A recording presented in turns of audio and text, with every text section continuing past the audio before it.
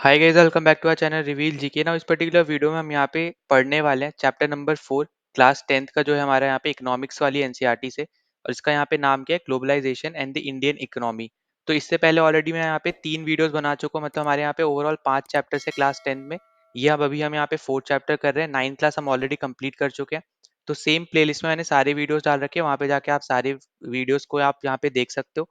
साथ ही साथ जैसे जैसे हमारा यहाँ पे एक क्लास कंप्लीट होती है पूरी 9th की, या फिर जैसे 10th की कंप्लीट होती है, तो हर एक क्लास को कंप्लीशन के बाद मैं यहाँ पे आपके लिए एक रिवीजन वीडियो ला देता हूँ, जहाँ पे हम क्वेश्चंस के थ्रू अपने यहाँ पे पीवाईक्यूज हो गए या फिर जो मैंने क्वेश्चंस बनाए तो उनके थ्रू हम यहाँ पे कंप्लीट रिवीजन कर लेते हैं हम लोग यहाँ पे उस पर्टिकुलर क्लास का। ठीक है, तो अभी यहाँ पे जैसे ये 10th क्लास भी कंप्लीट होगी तो उससे रिलेटेड मैं आपके लिए यहाँ पे वीडियो ला दूंगा। साथ ही साथ आप यहाँ पे बाकी जो हमारी 2 और एनसीईआरटीज की सीरीज चल रही है, साइंस की और ज्योग्राफी की, तो वो भी आप यहाँ पे जाके देख सकते हो। ज्योग्राफी में हमने यहाँ पे ऑलरेडी 6, 7, 8 कंप्लीट कर लिया, 9th हमारी यहाँ पे चल रही है, बस खत्म होने वाली है। और साइंस सेक्शन में अभी हम यहाँ पे 9th क्लास की फिजिक्स पे हैं, जहाँ पे हमने बायो और केमिस्ट्री 9th क्लास की ऑलरेडी हमने यहाँ पे कंप्लीट कर ली है। ठीक है, तो सबका लिंक आपको आई बटन पे और डिस्क्रिप्शन में देखने को मिल जाएगा, तो वहाँ पे जाके आप उन प्लेलिस्ट को फॉलो कर सकते हो। ठीक है, तो यहाँ पे आप अगर पहली बार चैनल पे आए तो प्लीज सब्सक्राइब कर देना, जितना ज़्यादा हो सकता है इस वीडियो को शेयर कर देना, वीडियो को लाइक कर देना। कोई भी डाउट होता है, कोई सजेशन होता है, तो वो भी आप यहाँ पे कमेंट डाउन जरूर कर सकते हो। तो चलो अभी हम यहाँ पे अपना चैप्टर शुरू कर लेते हैं। तो अपने चैप्टर का यहाँ पे नाम है globalisation and the Indian economy. अब देखो यहाँ पे जो आपको बेसिक यहाँ पे जो दे रखा है ना फर्स्ट पैराग्राफ में, तो यहाँ पे आपको मैं ऊपर ऊपर से बता दे रहा हूँ यहाँ पे किस बारे में बात हो रही है। तो यहाँ पे बेसिकली बताया जा रहा है कि अगर हम यहाँ पे पुराने इंडिया को देखते हैं, तो उस टाइम पे हमारे पास एक लिमिटेड कंपनीज होती थी, जो यहाँ पे एक पर्टिकुलर प्रोडक्ट को यहाँ पे बनाती थी। और उन्हीं प्रोडक्ट्स को यहाँ पे बेसिकली इंडियंस उनको यहाँ पे लेते थे, या फिर आप बोल सकते हो परचेज करते थे। अब जैसे अगर हम एग्जाम्पल में बात करते हैं, जैसे आपने यहाँ पे कार कंपनीज को आपने यहाँ पे देखी हो, तो अगर हम यहाँ पे एग्जाम्पल लेते हैं, जैसे आपने पहले एम्बेसडर, आपने यहाँ पे गाड़ी का नाम सुना होगा, तो एम्बेसडर यहाँ पे जनरली आपको देखने को मिलती थी इंडियन रोड्स पे। पर अगर आप अभी प्रेजेंट टाइम की अगर आप देखते हो, तो प्रेजेंट टाइम में आप जहाँ पे जो कोई भी इंडियन है, वो यहाँ पे कोई ना कोई एक कार कंपनी कि यहाँ पे कोई भी एक कार को ओन कर रहा होता है, चाहे वो आपका रेनॉल्ट की कोई कंपनी हो या फिर टाटा हो, महिंद्रा हो। ठीक है, मतलब कोई भी कंपनी हो, कोई भी कार की कंपनी जो भी आपको यहाँ पे इंडिया में देखने को मिल रही है, तो अब उसके पास क्या हो गया, बेसिकली यहाँ पे उसके पास चॉइस यहाँ पे बढ़ गई है, उसके पास चॉइस आ गया है यहाँ पे गुड्स का। तो अब वो यहाँ पे कंपैरिजन कर सकता है अलग अलग प्रोडक्ट्स में, और उसके बाद अपने कंफर्ट्स को देखते हुए, अपने इंटरेस्ट को देखते हुए यहाँ पे वो पर्टिकुलर प्रोडक्ट को यहाँ पे वो खरीद सकता है। तो यहाँ पे बस यही बात हो रही है कि अगर हम यहाँ पे पुराने टाइम से प्रेजेंट टाइम के इंडिया को अगर हम कंपेयर करते हैं, इसकी मार्केट को कंपेयर करते हैं, तो अभी प्रेजेंट टाइम की जो मार्केट है बहुत ज़्यादा यहाँ पे ट्रांसफॉर्म हो गई है, क्योंकि अब यहाँ पे जो आपके बायर्स हैं, उनके पास बहुत ज़्यादा चॉइसेस अब उनको यहाँ पे मिलने लग गई हैं। जिसके जैसे यहाँ पे अब जो प्राइस भी होंगे ना यहाँ पे गुड्स के, वो यहाँ पे कम हुए हैं as compare to previous years. ठीक है, तो यहाँ पे वो रीज़न यहाँ पे यही है, क्योंकि बहुत ज़्यादा आप यहाँ पे समझ लो कि कंपनीज आ गई हैं। एक तो पॉइंट आपका यहाँ पे ये है।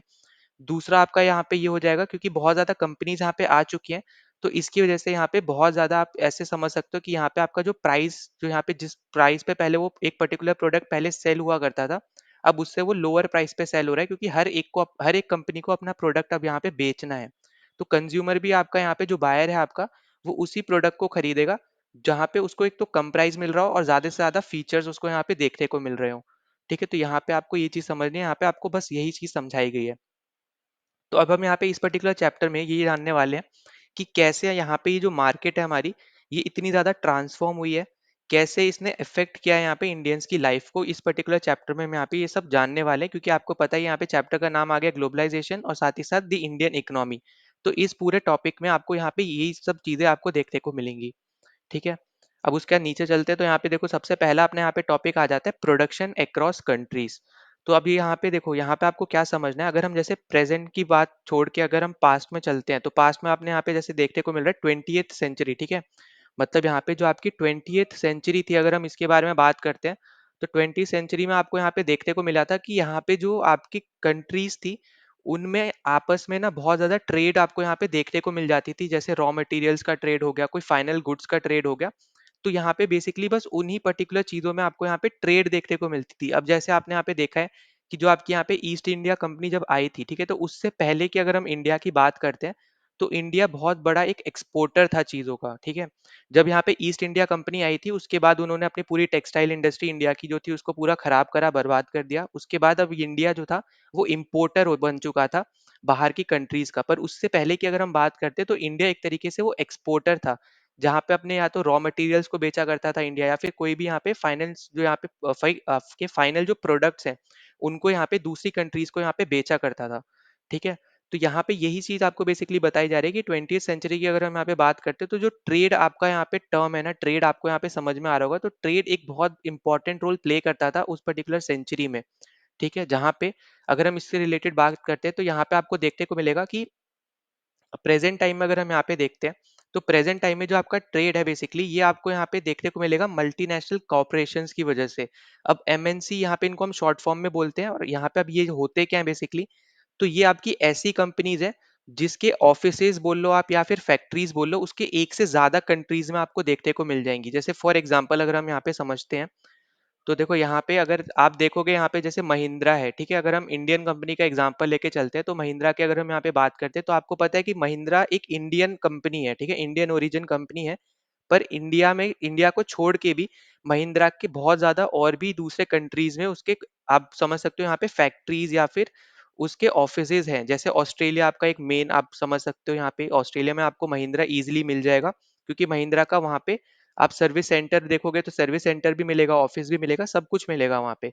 ठीक है, तो इसी तरीके से यहाँ पे जो कंपनीज हैं जहाँ पे उनकी एक कंट्री से ज्यादा कंट्रीज में उनके ऑफिसेज फैक्ट्रीज वगैरह उनके यहाँ पे प्रेजेंट है, तो ऐसी कंपनीज को हम क्या बोलते हैं, एमएनसी बोलते हैं, मल्टीनेशनल कॉर्पोरेशन। अब जैसे अगर आप यहाँ पे सॉफ्टवेयर डेवलपमेंट के केस में अगर बात करते हो, जैसे गूगल हो गया, अमेजोन हो गया, तो आपको पता है ये सब आपकी अमेरिकन बेस्ड कंपनी है, पर इन सब के आपके ऑफिसेज इंडिया में भी आपको यहाँ पे देखने को मिलेंगे। तो इसलिए यहाँ पे हम इन कंपनीज को भी हम यहाँ पे एमएनसीज के नाम से हम यहाँ पे इनको जानते हैं। ठीक है, तो हमने यहाँ पे ये बात कर ली। अब देखो यहाँ पे आपको जैसे पता चल रहा होगा कि यहाँ पे एमएनसीज, आप ये सोच सकते हो बेसिकली कि यहाँ पे एमएनसीज क्यों दूसरी कंट्रीज में यहाँ पे जाके ऑफिसेज वगैरह बिल्डअप कर रहे हैं। ठीक है, अब यहाँ पे देखो उसका सबसे बड़ा रीजन यहाँ पे पहला तो ये है कि अगर उनको यहाँ पे चीप लेबर मिलता है, तो वो यहाँ पे उस पर्टिकुलर कंट्री के पास यहाँ पे वो जाते हैं, ठीक है, ताकि वो फैक्ट्री सेटअप करके, अब उनका यहाँ पे क्या होगा, जो उनका प्रोडक्शन है, जैसे मान लो एग्जांपल के तौर पे कोई एक मोबाइल कंपनी है, अब यहाँ पे वो अपनी कंट्री में जब वो यहाँ पे प्रोडक्शन कर रही थी, उसको यहाँ पे सपोज करते हैं यहाँ पे कि $100 यहाँ पे उसका खर्चा आ रहा था, ठीक है, एक मोबाइल बनाने का। अब जैसे ही वो यहाँ पे इंडियन और इंडिया की मतलब इंडियन कंट्री में आ जाती है, इंडिया कंट्री में आ जाती है, तब आप यहाँ पे क्या देख रहे हो कि यहाँ पे जो अब उसको खर्चा पड़ रहा है ना, वो एक पर्टिकुलर मोबाइल बनाने का, अब वो यहाँ पे उसको पड़ रहा है सिर्फ $50। तो अब यहाँ पे क्या हो रहा है बेसिकली यहाँ पे कि एक तो उस कंपनी ने पहले इंडिया को ढूंढा, ठीक है, पहली चीज, इंडिया को ढूंढने के बाद यहाँ पे उसने यहाँ पे फैक्ट्री बिल्डअप करी, फैक्ट्री बनाने के बाद उसने यहाँ पे प्रोडक्शन लाइन सेटअप करी अपनी यहाँ पे मोबाइल्स को प्रोड्यूस करने के लिए। और अब यहाँ पे जो उसको $100 लग रहे थे हर एक मोबाइल को मैन्युफैक्चर करने में, अब उसको यहाँ पे सिर्फ $50 लग रहे हैं। तो इससे आप यहाँ पे ये अंदाजा लगा सकते हो कि अब उसका जो प्रॉफिट है वो कितना ज्यादा अब यहाँ पे इंक्रीज हो जाएगा। तो यहाँ पे जो एमएनसीज है वो दूसरे कंट्रीज में इसलिए भी जा रही है क्योंकि एक तो हो गया उनका चीप लेबर, दूसरा हो गया यहाँ पे उनके हायर प्रॉफिट्स।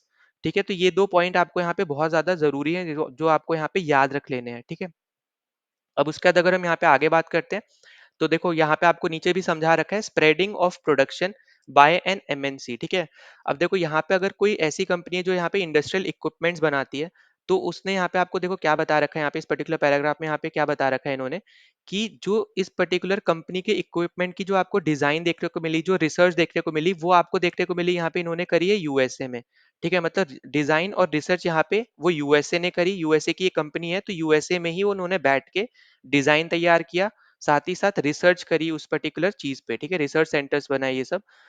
और उसके बाद हमें यहाँ पे क्या देखने को मिल रहा है कि उस पर्टिकुलर चीज, मतलब उस पर्टिकुलर इक्विपमेंट में जो जो चीज मैन्युफैक्चर होनी है, ठीक है, वो सब मैन्युफैक्चर करी यहाँ पे चाइना की एक पर्टिकुलर कंपनी ने। ठीक है, या फिर आप इसको डायरेक्टली समझ सकते हो कि चाइना में जाके वो चीज यहाँ पे मैन्युफैक्चर हुई, फिर उसके बाद वो यहाँ पे शिप हुई मैक्सिको और ईस्टर्न यूरोप में, जहाँ पे वो इक्विपमेंट कंप्लीटली असेंबल हुआ। चाइना में क्या था, अलग अलग इक्विपमेंट्स बने पर वो अभी तक असेंबल नहीं हुए हैं। ठीक है, जैसे अब हम एग्जाम्पल के तौर पे मोबाइल फोन ही ले लेते हैं। ठीक है, अब मोबाइल फोन में आपकी बहुत ज्यादा छोटी छोटी चीजें होती है, माइक्रो प्रोसेसर हो गया आपका, या फिर आपका जो फ्रंट एंड हो गया, रेयर एंड हो गया जो आपका यहाँ पे मोबाइल का होता है, ठीक है, स्क्रीन हो गई। तो ऐसे छोटे छोटे बहुत ज्यादा आपके यहाँ पे जो रॉ मटेरियल्स होते हैं जो इनको कंबाइन करके आपका मोबाइल बन रहा है, तो वो सब यहाँ पे चाइना ने बना दिए सारे रॉ मटेरियल्स। उसके बाद इन्होंने क्या किया, शिप किया यहाँ पे मैक्सिको और ईस्टर्न यूरोप में, जहाँ पे जाके वो असेंबल हुए। ठीक है, हर एक को बना के असेंबल हुए। अब जैसे अगर हम बात करते हैं पहले के टाइम की, तो इंडिया में भी जैसे जो आईफोन्स वगैरह आ रहे हैं, ठीक है, तो आपको ज्यादातर देखने को मिलेगा ये सब मैन्युफैक्चर आपके चाइना में ही हो रहे हैं, पर इंडिया में बस वो असेंबल हो रहे हैं। ठीक है? तो यही सेम केस आपको यहाँ पे इसमें भी बता रखा है, बस डिफरेंट कंट्रीज़ और डिफरेंट एग्ज़ाम्पल लेके। तो यहाँ पे यही बोला जा रहा है कि मेक्सिको और ईस्टर्न यूरोप में जाके वो पर्टिकुलर इक्विपमेंट जो है आपका यहाँ पे असेंबल हो जाता है। उसके बाद फिर वो आगे जाके वो दूसरे कंट्रीज़ में भी बेचा जाता है, ठीक है? अब यहाँ पे इन्होंने इतनी कंट्रीज़ को क्यों इन्वॉल्व किया अपने यहाँ पे इस प्रोसेस में? क्योंकि इन सब कंट्रीज़ में इनको सस्ते में काम मिल रहा था, ठीक है? मतलब यहाँ पे सस्ते में ये चीज़ यहाँ पे आराम से कर पा रहे थे। जैसे मैन्युफैक्चरिंग के केस में चाइना आपका बहुत ज़्यादा चीप लेबर प्रोवाइड कर सकता है, तो इन्होंने चाइना को पकड़ लिया उस पर्टिकुलर केस में। फिर उन्होंने देखा कि असेंबली अगर हम यहाँ पे कराते हैं जो हमारे एरिया के पास रहेगा, जहाँ हमें चीज़ों को बेचना है, तो वो हमारे लिए सही रहेगा, क्योंकि यहाँ पे कॉस्ट यहाँ पे जो आनी चाहिए पहले, अब वो उतनी ज़्यादा नहीं आएगी, क्योंकि जो यहाँ पे हम जिस कंट्रीज़ को टारगेट कर रहे हैं, अगर हम उसके पास हमारा यहाँ पे कोई एक असेंबली होती है, जहाँ पे हम सारी चीज़ों को, सारे इक्विपमेंट्स को असेंबल करेंगे, तो हम क्या कर सकते हैं, डायरेक्टली उस सेंटर से हम बाकी सब कंट्रीज़ में डायरेक्टली शिप कर सकते हैं। अगर मान लो यहाँ पे जैसे यूएस आपका यहाँ पे एकदम आपका ईस्ट साइड में पड़ रहा है, ठीक है? और चाइना और यूएस में बहुत ज़्यादा डिफरेंस है, अगर आप देखोगे बहुत दूर-दूर पड़ते हैं। तो ऑब्वियस सी बात है, अगर वो चाइना में ही असेंबल करके वो बेचने लग जाएँगे यहाँ पे यूरोप साइड में या फिर आपके यूएसए साइड में, तो उस अमाउंट जो होगा ना उस पर्टिकुलर चीज़ का, वो ज़्यादा होगा। तो इसलिए अब यहाँ पे क्या कर रहे हैं वो, कि मेक्सिको और यूएस के पास पड़ता है, तो वहाँ के सेंटर्स को या फिर वहाँ की कोई कंपनीज़ की हेल्प से यहाँ पे उस चीज़ को असेंबल करवा रहे हैं, और अब यहाँ पे वो टारगेट कर रहे हैं यूएस ऑडियंस को भी, ठीक है? तो ये चीज़ बस आपको समझनी है। उसके साथ-साथ आपको देखो नीचे आपको क्या दे रखा है, कि आपका यहाँ पे हर एक कंपनी के पास ना कोई आपका यहाँ पे हर जगह कस्टमर केयर भी होता ही है, ठीक है? जहाँ पे आप अपनी कंप्लेन लॉन्च कर सकते हो, फाइल कर सकते हो, या फिर अपना सजेशन, फीडबैक कुछ भी दे सकते हो। तो उस केस में यहाँ पे इन्होंने इंडिया को चुना कस्टमर केयर के लिए, ठीक है? या फिर आप बोल सकते हो कॉल सेंटर्स जो यहाँ पे होते हैं उस चीज़ के लिए। तो यहाँ पे यही नीचे आपको जो इमेज दे रखी है, यहाँ पे वही दे रखी है बताने के लिए। तो यहाँ पे आप समझ पा रहे हो कि यहाँ पे एमएनसीज किस तरीके से वर्क करती हैं। तो वो हमेशा यहाँ पे हर एक प्रोसेस के लिए ना वो आप समझ सकते हो कि चीप, जहाँ पे भी उनको सस्ते में पड़ रहा होगा, ठीक है? उस पर्टिकुलर केस में जो भी उनका प्रोसेस है, उस पर्टिकुलर कंट्री को यहाँ पे वो सिलेक्ट करती है, क्योंकि उनको वहाँ पे सस्ते में चीज़ें मिल रही हैं, चीप में चीज़ें मिल रही हैं। इसलिए यहाँ पे उन कंट्रीज़ को यहाँ पे वो सिलेक्ट करके अपने प्रॉफिट्स को हाई करती हैं, ठीक है? तो यहाँ पे यही चीज़ आपको बार-बार बताई जा रही है। अब उसके बाद अगर हम यहाँ पे आगे बात करते हैं, तो यहाँ पे आपको देखने को मिला, जो अभी हमने ऊपर एग्जांपल डिस्कस किया था एमएनसी का, कि यहाँ पे हम फाइनल प्रोडक्ट्स को हम सेल नहीं कर रहे थे यहाँ पे, मतलब ग्लोबली, क्योंकि यहाँ पे जो आपके जो इक्विपमेंट का यहाँ पे जो पार्ट्स थे, वो तो चाइना ने बना दिए, पर वो डायरेक्टली शिप हो रहे थे आपके मैक्सिको की तरफ, जहाँ पे वो असेंबल होके फिर वो आगे यहाँ पे बेचे जा रहे थे, ठीक है? तो यहाँ पे आपको देखो क्या बोला जा रहा है, कि in this example the MNC is not only selling its finish products globally, but more important the goods and services are produce globally. मतलब यहाँ पे देखो क्या है सर्विसेज, मतलब यहाँ पे क्या होगा, जैसे यहाँ पे ऊपर आपको कॉल सेंटर्स का यहाँ पे बता दिया, ठीक है? तो ये बेसिकली क्या है, एक आपकी सर्विस है, जिसके थ्रू आप यहाँ पे अपने कस्टमर्स को ना, जिससे जिसके थ्रू आप कस्टमर्स का फीडबैक ले सकते हो अपने इक्विपमेंट के मतलब जो भी यहाँ पे वो कस्टमर यूज कर रहा है आपकी कंपनी का कोई भी प्रोडक्ट, तो उस प्रोडक्ट के अगेंस्ट अगर उसके कोई कंप्लेन है, या फिर कैसा उसको प्रोडक्ट लगा, वो सब आप यहाँ पे कॉल सेंटर्स की हेल्प से यहाँ पे नोट डाउन कर सकते हो। तो ये एक तरीके की आपकी एक सर्विस है, ठीक है? जो आपको बताया जा रहा है, और गुड्स क्या हो गई, जो भी आप चीज़ यहाँ पे प्रोड्यूस कर रहे हो। तो वही आपको यहाँ पे बताया जा रहा है, कि जो एमएनसी है बेसिकली यहाँ पे वो गुड्स भी यहाँ पे प्रोड्यूस कर रही है, साथ ही साथ वो ग्लोबली अपनी सर्विसेज को भी प्रोवाइड कर रही है हर एक कस्टमर के लिए, ठीक है? तो यही चीज़ आपको यहाँ पे बताई जा रही है। ना इसी में अगर हम यहाँ पे बात करते हैं, तो देखो यहाँ पे आपको वापस से वही सेम चीज़ बोल रखी है जो अभी-अभी मैंने आपको यहाँ पे बताया था, कि आपको देखो यहाँ पे क्या बोल रहा है, the production process is divided into small parts and spread out across the globe. वही मैंने आपको यहाँ पे बताया था, कि जहाँ पे भी उनको चीप लेबर मिलेगा, जहाँ पे भी उनको सस्ते में चीज़ें मिल रही होंगी, वो पर्टिकुलर जो प्रोसेस होगा वो यहाँ पे उस पर्टिकुलर कंट्री में वो एमएनसी यहाँ पे करना शुरू कर देगी, ठीक है? अब जैसे यहाँ पे आपको देखो मैंने बताया था, कि यहाँ पे चाइना जो है आपका एक एडवांटेज यहाँ पे आपके चाइना के पास है, क्योंकि यहाँ पे उसके पास चीप लेबर्स है। तो इसलिए यहाँ पे जो कंपनीज है वो ज्यादातर चाइना में शिफ्ट करती है यहाँ पे मैन्युफैक्चरिंग के लिए, ठीक है? तो वही सेम चीज आपको यहाँ पे बता रखी है। फिर मेक्सिको और यूरोप की अगर हम यहाँ पे बात करते हैं, ईस्टर्न यूरोप की, तो उन्होंने यहाँ पे इसको इसलिए चूज किया, क्योंकि यहाँ पे वो क्लोज है यहाँ पे उस पर्टिकुलर मार्केट को टारगेट करने के लिए, जो भी यहाँ पे उसकी टारगेट मार्केट है उस पर्टिकुलर प्रोडक्ट की। तो उन्होंने वही सेंटर यहाँ पे चूज किया, वही कंट्रीज यहाँ पे चूज करी हैं, जो यहाँ पे क्लोज है उस पर्टिकुलर मार्केट से, ठीक है?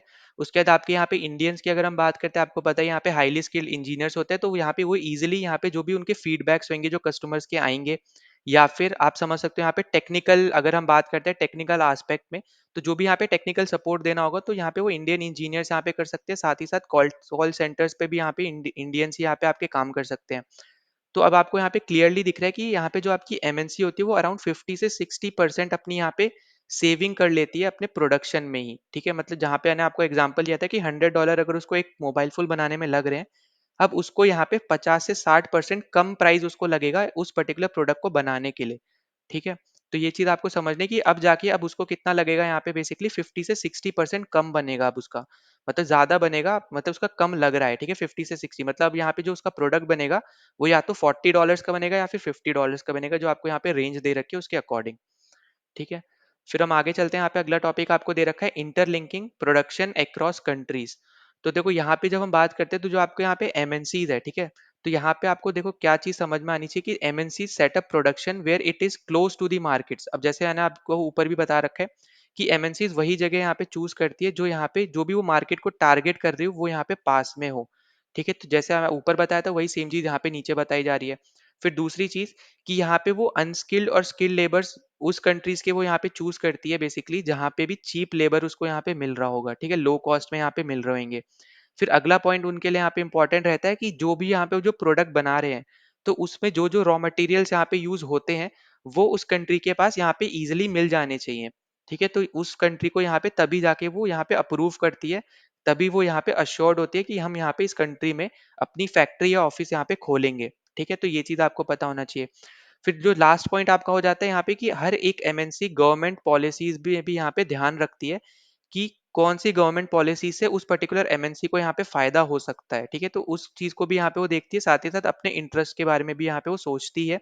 और इंटरेस्ट से मतलब आप यहाँ पे क्लियरली देख पाओगे जब 50 से 60% उनका यहाँ पे कॉस्ट कम हो गया यहाँ पे प्रोडक्शन का, तो आप इससे भी अंदाजा लगा सकते हो कि यहाँ पे उसके इंटरेस्ट की ही बात हो रही है, जहाँ पे अब उसका जो प्रोडक्शन का जो प्राइस है वो कम हो गया पर उसके प्रॉफिट्स अब यहाँ पे इंक्रीज हो गए हैं। ठीक है, फिर आगे हम बात करते हैं यहाँ पे, तो देखो जब यहाँ पे जो कंपनी है एमएनसी जो है, जब वो यहाँ पे किसी भी एक कंट्री को सिलेक्ट कर लेती है तो अब उसके बाद वो बेसिकली यहाँ पे क्या करती है, वो अब यहाँ पे पैसे स्पेंड करना शुरू कर देती है और उस पैसों को जो यहाँ पे वो स्पेंड कर रही है ना एसेट्स को खरीदने के लिए, उसको हम यहाँ पे क्या बोलते हैं, उसको हम लोग बोलते हैं यहाँ पे इन्वेस्टमेंट। ठीक है, तो अब मैं यहाँ पे ध्यान से सुनना, वापस बता दे रहा हूँ, ये जो छोटे छोटे टर्म्स है ना बहुत ज्यादा इंपॉर्टेंट है। तो यहाँ पे जो कंपनी है जो हम यहाँ पे बात कर रहे हैं एमएनसी, जो यहाँ पे आपके एक कंट्री से ज्यादा कंट्रीज में आपको देखने को मिलती है, तो उनको हम एमएनसी बोलते हैं। तो एमएनसी आपकी क्या है यहाँ पे बेसिकली वो उन कंट्रीज में फैक्ट्री सेटअप करेगी और सेटअप करने के बाद, ठीक है, मतलब यहाँ पे सेटअप करते टाइम बेसिकली जो यहाँ पे वो आपका ऐसे समझ लो जो यहाँ पे अपने पैसे खर्च कर रही है ना, उस खर्च करे हुए पैसे को हम लोग क्या बोलते हैं, इन्वेस्टमेंट बोलते हैं। ठीक है, ये चीज पहला पॉइंट आपको यहाँ पे याद रखना है। दूसरा याद क्या रखना है कि उससे वो बेसिकली यहाँ पे एसेट्स को खरीदती है। अब एसेट्स बेसिकली आपके क्या होते हैं, आपको एग्जांपल दे रखा है जैसे लैंड हो गया, उनको जमीन तो चाहिए होगी, ऑब्वियस सी बात है, अगर फैक्ट्री उनको बनानी है तो उनको जमीन तो चाहिए होगी, तो जो जमीन होगी वो उनके लिए एक एसेट है। ठीक है, मतलब वो अब वो यहाँ पे वो कंपनी के नाम पे वो जमीन खरीदेगी, तो वो कंपनी के लिए एक एसेट है। चाहे अगर आप बिल्डिंग की बात करो, कोई मशीनरी की बात करो, ठीक है, कोई भी प्रोडक्शन के लिए आपको मशीन चाहिए होंगी, अगर कोई लार्ज स्केल में अगर आपको प्रोडक्शन करना है तो आपको मशीन चाहिए होंगी, तो उस मशीन जो यहाँ पे वो खरीद रहे हैं तो वो भी बेसिकली आपका एक तरीके का वो एसेट है। ठीक है, उस कंपनी के लिए। फिर और भी जो जो दूसरे दूसरे यहाँ पे चीजें जरूरी होती है जो उनको चाहिए होती है, वो जो भी यहाँ पे वो पैसे खर्च कर रहे हैं उनको खरीदने के लिए, तो वो सब यहाँ पे क्या रहेंगे, वो उस पर्टिकुलर कंपनी के लिए यहाँ पे वो उनके एसेट रहने वाले हैं। ठीक है, तो ये पॉइंट आपको यहाँ पे याद रखना है। फिर उसके बाद आपको देखो अगला पॉइंट आपको यहाँ पे क्या रखना है कि जो इन्वेस्टमेंट यहाँ पे एमएनसी ने किया, ठीक है, उसी को हम क्या बोलते हैं यहाँ पे फॉरेन इन्वेस्टमेंट बोलते हैं। अब यहाँ पे हम फॉरेन इन्वेस्टमेंट कब बोलेंगे बेसिकली यहाँ पे, अब जो आपकी एमएनसी है वो आपकी है अमेरिकन, ऐसे एग्जांपल ले ले रहे हैं, तो वो आपकी मान लो है अमेरिकन। ठीक है, कोई अमेरिकन कंपनी है, अब वो अमेरिकन कंपनी इंडिया में आती है, इंडिया में वो जमीन खरीदती है, मशीन्स खरीदती है, बिल्डिंग खरीदती है, कोई भी बिल्डिंग बनाती है, कोई फ्लोर खरीदती है एक पर्टिकुलर। ठीक है, तो यहाँ पे क्या हो रहा है बेसिकली, अब वो जो यहाँ पे खरीदने के लिए जो रुपए दे रहे हैं उसको इन्वेस्टमेंट बोल रहे हैं, और उसी इन्वेस्टमेंट को ही हम और किसी नाम से जानते हैं, उसको क्या बोलते हैं, फॉरेन इन्वेस्टमेंट। ठीक है, तो ये पॉइंट्स आपको यहाँ पे जरूर याद रखने हैं। और इन सब की जो यहाँ पे इन्होंने खरीदे हैं, जो इनके एसेट्स हैं, तो यहाँ पे ऑब्वियस सी बात है कि यहाँ पे ये होप करेंगे कि इनके एसेट्स का जो प्राइस है वो दिन पर दिन यहाँ पे इंक्रीज हो, ठीक है, बढ़े, मतलब जो जहाँ पे भी उन्होंने जमीन खरीद रखी है। तो अगर यहाँ पे एग्जाम्पल के तौर पे अगर हम देखते हैं, जैसे फोर्ड का एग्जाम्पल लेते हैं, ठीक है, अभी तो फोर्ड आपको पता है कि इंडिया में उन्होंने ऑपरेशन अभी ऑलमोस्ट बंद कर दिए। ठीक है, तो आपको यहाँ पे पता है कि वो अभी यहाँ पे इंडिया को छोड़ के जा चुके हैं, पर अभी जैसे वापस यहाँ पे बात हो रही है कि वो वापस आएंगे। पर अगर हम यहाँ पे मान के चल रहे हैं जैसे उन्होंने अभी छोड़ दिए, ठीक है, अगर अब उनको अपनी फैक्ट्रीज जो उन्होंने इंडिया में सेटअप करी अगर वो उनको बेचनी हो, तो वो क्योंकि उनके कंपनी के ही नाम पे, तो वो इजीली यहाँ पे बेच सकते हैं, उनसे उनको प्रॉफिट ही होगा। या फिर आप समझ लो अगर उनको पहले लॉस हो रहा था और वो इसी वजह से इंडिया को छोड़ के गए थे, तो उनका जो लॉस हो रहा था पहले, अब वो ज़मीन को बेच के उनका लॉस कम हो सकता है, ठीक है? तो इस तरीके के जहाँ पे प्रॉफ़िट हो रहा हो उनको कंपनीज़ को बेचने पे उनको रुपए मिले, ऐसी चीज़ों को हम क्या बोलेंगे? एसेट्स बोलेंगे, ठीक है? तो ये चीज़ आपको यहाँ पे याद रखनी है। ठीक, फिर हम आगे बात करते हैं यहाँ पे। तो देखो आगे आपको क्या दे रखा है, एक तो पहला पॉइंट तो आपका यहाँ पे ये हो गया कि एमएनसी ने ही खुद से अपनी फैक्ट्रीज वगैरह सब कुछ सेटअप किया और कैसे किया वो सब हमने यहाँ पे डिस्कस कर लिया। अब देखो दूसरा पॉइंट आपका क्या होता है कि कभी-कभी यहाँ पे ऐसा होता है कि एमएनसीज़ जल्दी से जल्दी मतलब यहाँ पे चाहती नहीं कि उनकी खुद की फैक्ट्री सेटअप हो, क्योंकि उनको बहुत ज़्यादा इन्वेस्टमेंट चाहिए होता है उस पर्टिकुलर चीज़ को करने के लिए, और उनके ज़्यादा से ज़्यादा यहाँ पे आप समझ लो कि यहाँ पे उनकी जो उनके पास इनकम है, ठीक है? जो यहाँ पे उनके प्रॉफिट्स हो रहे हैं, उनका ज़्यादा से लार्ज पोर्शन उनको यहाँ पे उस सेटअप करने में, उस फैक्ट्री को सेटअप करने में उनको देना पड़ेगा, ठीक है? क्योंकि यहाँ पे उनको मशीन्स भी खरीदनी है, लैंड भी खरीदनी है, फिर बिल्डिंग बनाएँगे वो, सब कुछ करेंगे तो उनको बड़ा से बड़ा इन्वेस्टमेंट उनको यहाँ पे करना पड़ेगा। तो अब इस केस में अब वो यहाँ पे क्या करती है, दूसरा ऑप्शन आपका यहाँ पे क्या है कि कुछ एमएनसीज़ अब यहाँ पे क्या करते हैं कि लोकल जो कंपनी होगी उस कंट्री की, उसके साथ मिल के वो यहाँ पे काम करती है, ठीक है? अब जैसे यहाँ पे आप देखोगे तो पहली तो यहाँ पे हो जाएगा कि यहाँ पे एमएनसी प्रोवाइड करती है यहाँ पे मनी, ठीक है? मतलब यहाँ पे पैसे देती है, ताकि यहाँ पे एक तरीके से आपका इन्वेस्टमेंट ही है ये भी, पर यहाँ पे जैसे न्यू मशीन्स को खरीदने के लिए, फास्टर प्रोडक्शन के लिए। पर अभी इस टाइम पे आप यहाँ पे अगर ध्यान दो, तो यहाँ पे इनको ज़मीन नहीं खरीदनी पड़ेगी, ठीक है? एग्ज़ाम्पल अगर हम लेते हैं, तो अगर यहाँ पे वो खरीदते भी हैं, तो यहाँ पे जिस वो लोकल कंपनी के साथ मिलके वो चीज़ कर रहे हैं ना, तो वो 50-50 रहेगा या फिर मान लो 60-40 रहेगा, इस तरीके से रहेगा। तो उनको ज़्यादा रुपए खर्च नहीं करने पड़ेंगे उस चीज़ को करने के लिए। तो यहाँ पे वो एक तरीके से थोड़ा बहुत आप समझ लो कि पहले से ही वो यहाँ पे प्रॉफ़िट में रहते हैं, जब भी यहाँ पे वो लोकल कंपनीज़ के साथ वो डील करते हैं, उस पर्टिकुलर कंट्री की मार्केट को टारगेट करने के लिए, ठीक है? तो यही आपको बोला जा रहा है। फिर दूसरा हो गया कि यहाँ पे वो अपने साथ लेटेस्ट टेक्नोलॉजी यहाँ पे लेके आता है प्रोडक्शन के लिए। तो देखो कभी-कभी यहाँ पे ये हो सकता है कि मान लो यहाँ पे आपने जो आपकी एमएनसी है उसने लोकल कंपनी के साथ यहाँ पे डील करी कि अब हमें यहाँ पे आके अपना प्रोडक्शन करना है, ठीक है? अब मान लो कि जो लोकल कंपनी है उसका खुद का एक प्रोडक्शन हाउस है, जहाँ से वो प्रोड्यूस कर सकती है चीज़ों को, और जो आपकी यहाँ पे एमएनसी है उसके पास टेक्नोलॉजी है। तो अब वो यहाँ पे ऐसी क्या डील करेंगे, वो बेसिकली ऐसी डील करेंगे कि यहाँ पे एमएनसी यहाँ पे वो टेक्नोलॉजी प्रोवाइड करेगी उस लोकल कंपनी को, और लोकल कंपनी एमएनसी के बिहाफ पे प्रोडक्शन करना शुरू कर देगी। ठीक है, तो अब इस केस में क्या हो गया कि 50-50 आपका यहाँ पे चांस बन गया। ना तो यहाँ पे एमएनसी को कुछ खरीदना पड़ा, ना कोई नई मशीन खरीदी, क्योंकि नई मशीन यहाँ पे जो आपकी कंपनी है उसके पास पहले से ही सारी मशीनें हैं, ज़मीन भी उसके पास खुद से है, तो एमएनसी को कोई नई ज़मीन भी नहीं खरीदनी पड़ी एज़ सच। तो यहाँ पे ये सब चीज़ें आपको यहाँ पे समझनी पड़ेगी कि यहाँ पे एमएनसीज़ किस-किस तरीके से अपना यहाँ पे जो कॉस्ट है वो कम करता है प्रोडक्शन का, ठीक है? अब उसके बाद बाकी अगर आप यहाँ पे देखो, आपको एग्ज़ाम्पल भी यहाँ पे दे रखा है, तो पुराना एग्ज़ाम्पल है जैसे कारगिल फूड, आपको यहाँ पे सुना हो अगर आपने, तो ये अमेरिकन कंपनी थी जिसने यहाँ पे इंडिया में पारक फूड करके यहाँ पे आपकी एक कंपनी थी, उसको यहाँ पे उन्होंने खरीद लिया था, ठीक है? और उसके बाद यहाँ पे आपको देखने को मिलेगा कि इस कंपनी के पास, जो आपकी यहाँ पे पारक फूड कंपनी है, तो बेसिकली इसके पास बहुत ज़्यादा ऑयल रिफाइनरीज़ थी, और ऑयल रिफाइनरीज़ होने की वजह से अब यहाँ पे जो सबसे बड़ी आप समझ लो एडिबल ऑयल की यहाँ पे जो प्रोड्यूस करता है, वो यहाँ पे अब ये अमेरिकन कंपनी बन गई, क्योंकि उसने यहाँ पे पारक फूड को खरीद लिया था। ठीक है, खरीदने के बाद अब यहाँ पे क्या हो गया कि अब यहाँ पे जो इतनी भी उसकी ऑयल रिफाइनरीज़ थी, सब उस कंपनी के पास शिफ्ट हो गई, अमेरिकन कंपनी के पास। नाउ इसके आगे अगर हम यहाँ पे बात करते हैं, तो आपको यहाँ पे क्लियरली दिख रहा होगा यहाँ पे कि इतना ज़्यादा इन्फ्लुएंस यहाँ पे आपकी एमएनसीज़ यहाँ पे प्रोवाइड कर सकती हैं। क्योंकि यहाँ पे जो आपकी कुछ एमएनसीज़ तो आपकी कुछ ऐसी भी हैं, जो इनकी जो वेल्थ है, मतलब जो इनकी यहाँ पे इनकम है, जो उनका प्रॉफिट है बेसिकली, वो कई ज़्यादा कंट्रीज़ के मिला के भी अगर आप करोगे ना, तो उन कंट्रीज़ की जो उनकी जीडीपी होगी, जो उनकी यहाँ पे आप समझ लो बजट्स होगा, उन सब से भी वो यहाँ पे ज़्यादा है। तो यहाँ पे इस वजह से आप यहाँ पे इजीली समझ सकते हो कि जो आपकी यहाँ पे कुछ एमएनसीज़ हैं, उनका इन्फ्लुएंस कितना ज़्यादा आपका यहाँ पे हो सकता है, ठीक है? जो कि आपका है ही, आप ऐसे समझ लो। फिर अगर हम यहाँ से आगे बात करते हैं, तो आपको यहाँ पे क्लियरली देखने को भी मिलेगा, अब यहाँ पे देखो ये है आपका यहाँ पे तीसरा पॉइंट, ठीक है? ये अब आपका है यहाँ पे तीसरा पॉइंट, पहले 2 हम यहाँ पे डिस्कस कर चुके हैं। पहला था आपका यहाँ पे जो एमएनसी खुद से कंट्री चूज़ करके खुद की फैक्ट्री बना रही है, सब कुछ खुद कर रही है, यहाँ पे इन्वेस्टमेंट कर रही है। एक आपका दूसरा था आपका, जहाँ पे वो जो कंपनी है आपकी एमएनसी जो है यहाँ पे किसी दूसरे कंट्री की, वो यहाँ पे आके आपकी कोई एक पर्टिकुलर कंट्री पे आके उस पर्टिकुलर कंट्री की एक लोकल कंपनी के साथ डील करती है, और उसमें अपने कुछ इन्वेस्टमेंट करती है, ठीक है? तो यहाँ पे आपको दोनों, आई होप कि दोनों चीज़ें लॉजिक आपको समझ में आ गए हो। अब तीसरा यहाँ पे क्या है, तीसरा आपका ऐसा है कि जहाँ पे कुछ आपकी जो एमएनसीज़ है, आपकी एक एमएनसी मान लो बहुत बड़ी, आपको जैसे मैं बता ही चुका हूँ, बहुत ज़्यादा बड़ी आपकी कंपनी होती है जो एक से ज़्यादा कंट्री में प्रेज़ेंट होती है। तो इनके पास इन्वेस्टमेंट का यहाँ पे इनका बहुत ज़्यादा पैसा है, ठीक है? अब इस तरीके से समझ लो। तो अब यहाँ पे ये क्या करते हैं कि एक कंट्री को यहाँ पे पकड़ेंगे, उस कंट्री में कोई एक पर्टिकुलर कंपनी या फिर कोई एक पर्टिकुलर ग्रुप ऑफ पीपल को यहाँ पे वो पकड़ते हैं और उसको उनको क्या बोलते हैं यहाँ पे कि उनके लिए मतलब एमएनसी के लिए आप अपने यहाँ पे प्रोडक्ट बनाओ, ठीक है। अब जैसे आपने यहाँ पे जैसे लेटेस्ट भी आपने यहाँ पे बहुत ज्यादा सुना होगा कि इंडिया में भी जो यहाँ पे कुछ कंपनीज है जो इंडियन ओरिजिन कंपनी है, वो भी अपने जो प्रोडक्ट यहाँ पे जो बेचती हैं वो बेसिकली मैन्युफैक्चर होते हैं आपके चाइना में, और चाइना में बन के फिर वो इंडिया में आके इंडिया के नाम पे यहाँ पे वो बिकते हैं, ठीक है। तो यहाँ पे आपको क्लियरली देखने को मिलेगा वही सेम चीज आपको यहाँ पे थर्ड में समझाई जा रही है कि मैन्युफैक्चरर आपका कोई दूसरी कंपनी है, पर यहाँ पे क्योंकि एक उस पर्टिकुलर कंपनी ने डील कर रखी है, तो यहाँ पे क्या होगा कि जो अब वो प्रोडक्ट जो बना रही है ना जिसने मैन्युफैक्चर किया है, वो बेसिकली जो प्रोडक्ट अब मैन्युफैक्चर हो गया वो एमएनसी के नाम, जो भी यहाँ पे वो एमएनसी का जो भी नाम होगा उसके नाम पे वो बेसिकली यहाँ पे बेचा जाएगा, ठीक है। मतलब अब जो ब्रांड का जो नाम होगा वो अब यहाँ पे उस प्रोडक्ट पे वो एमएनसी का नाम होगा, ठीक है।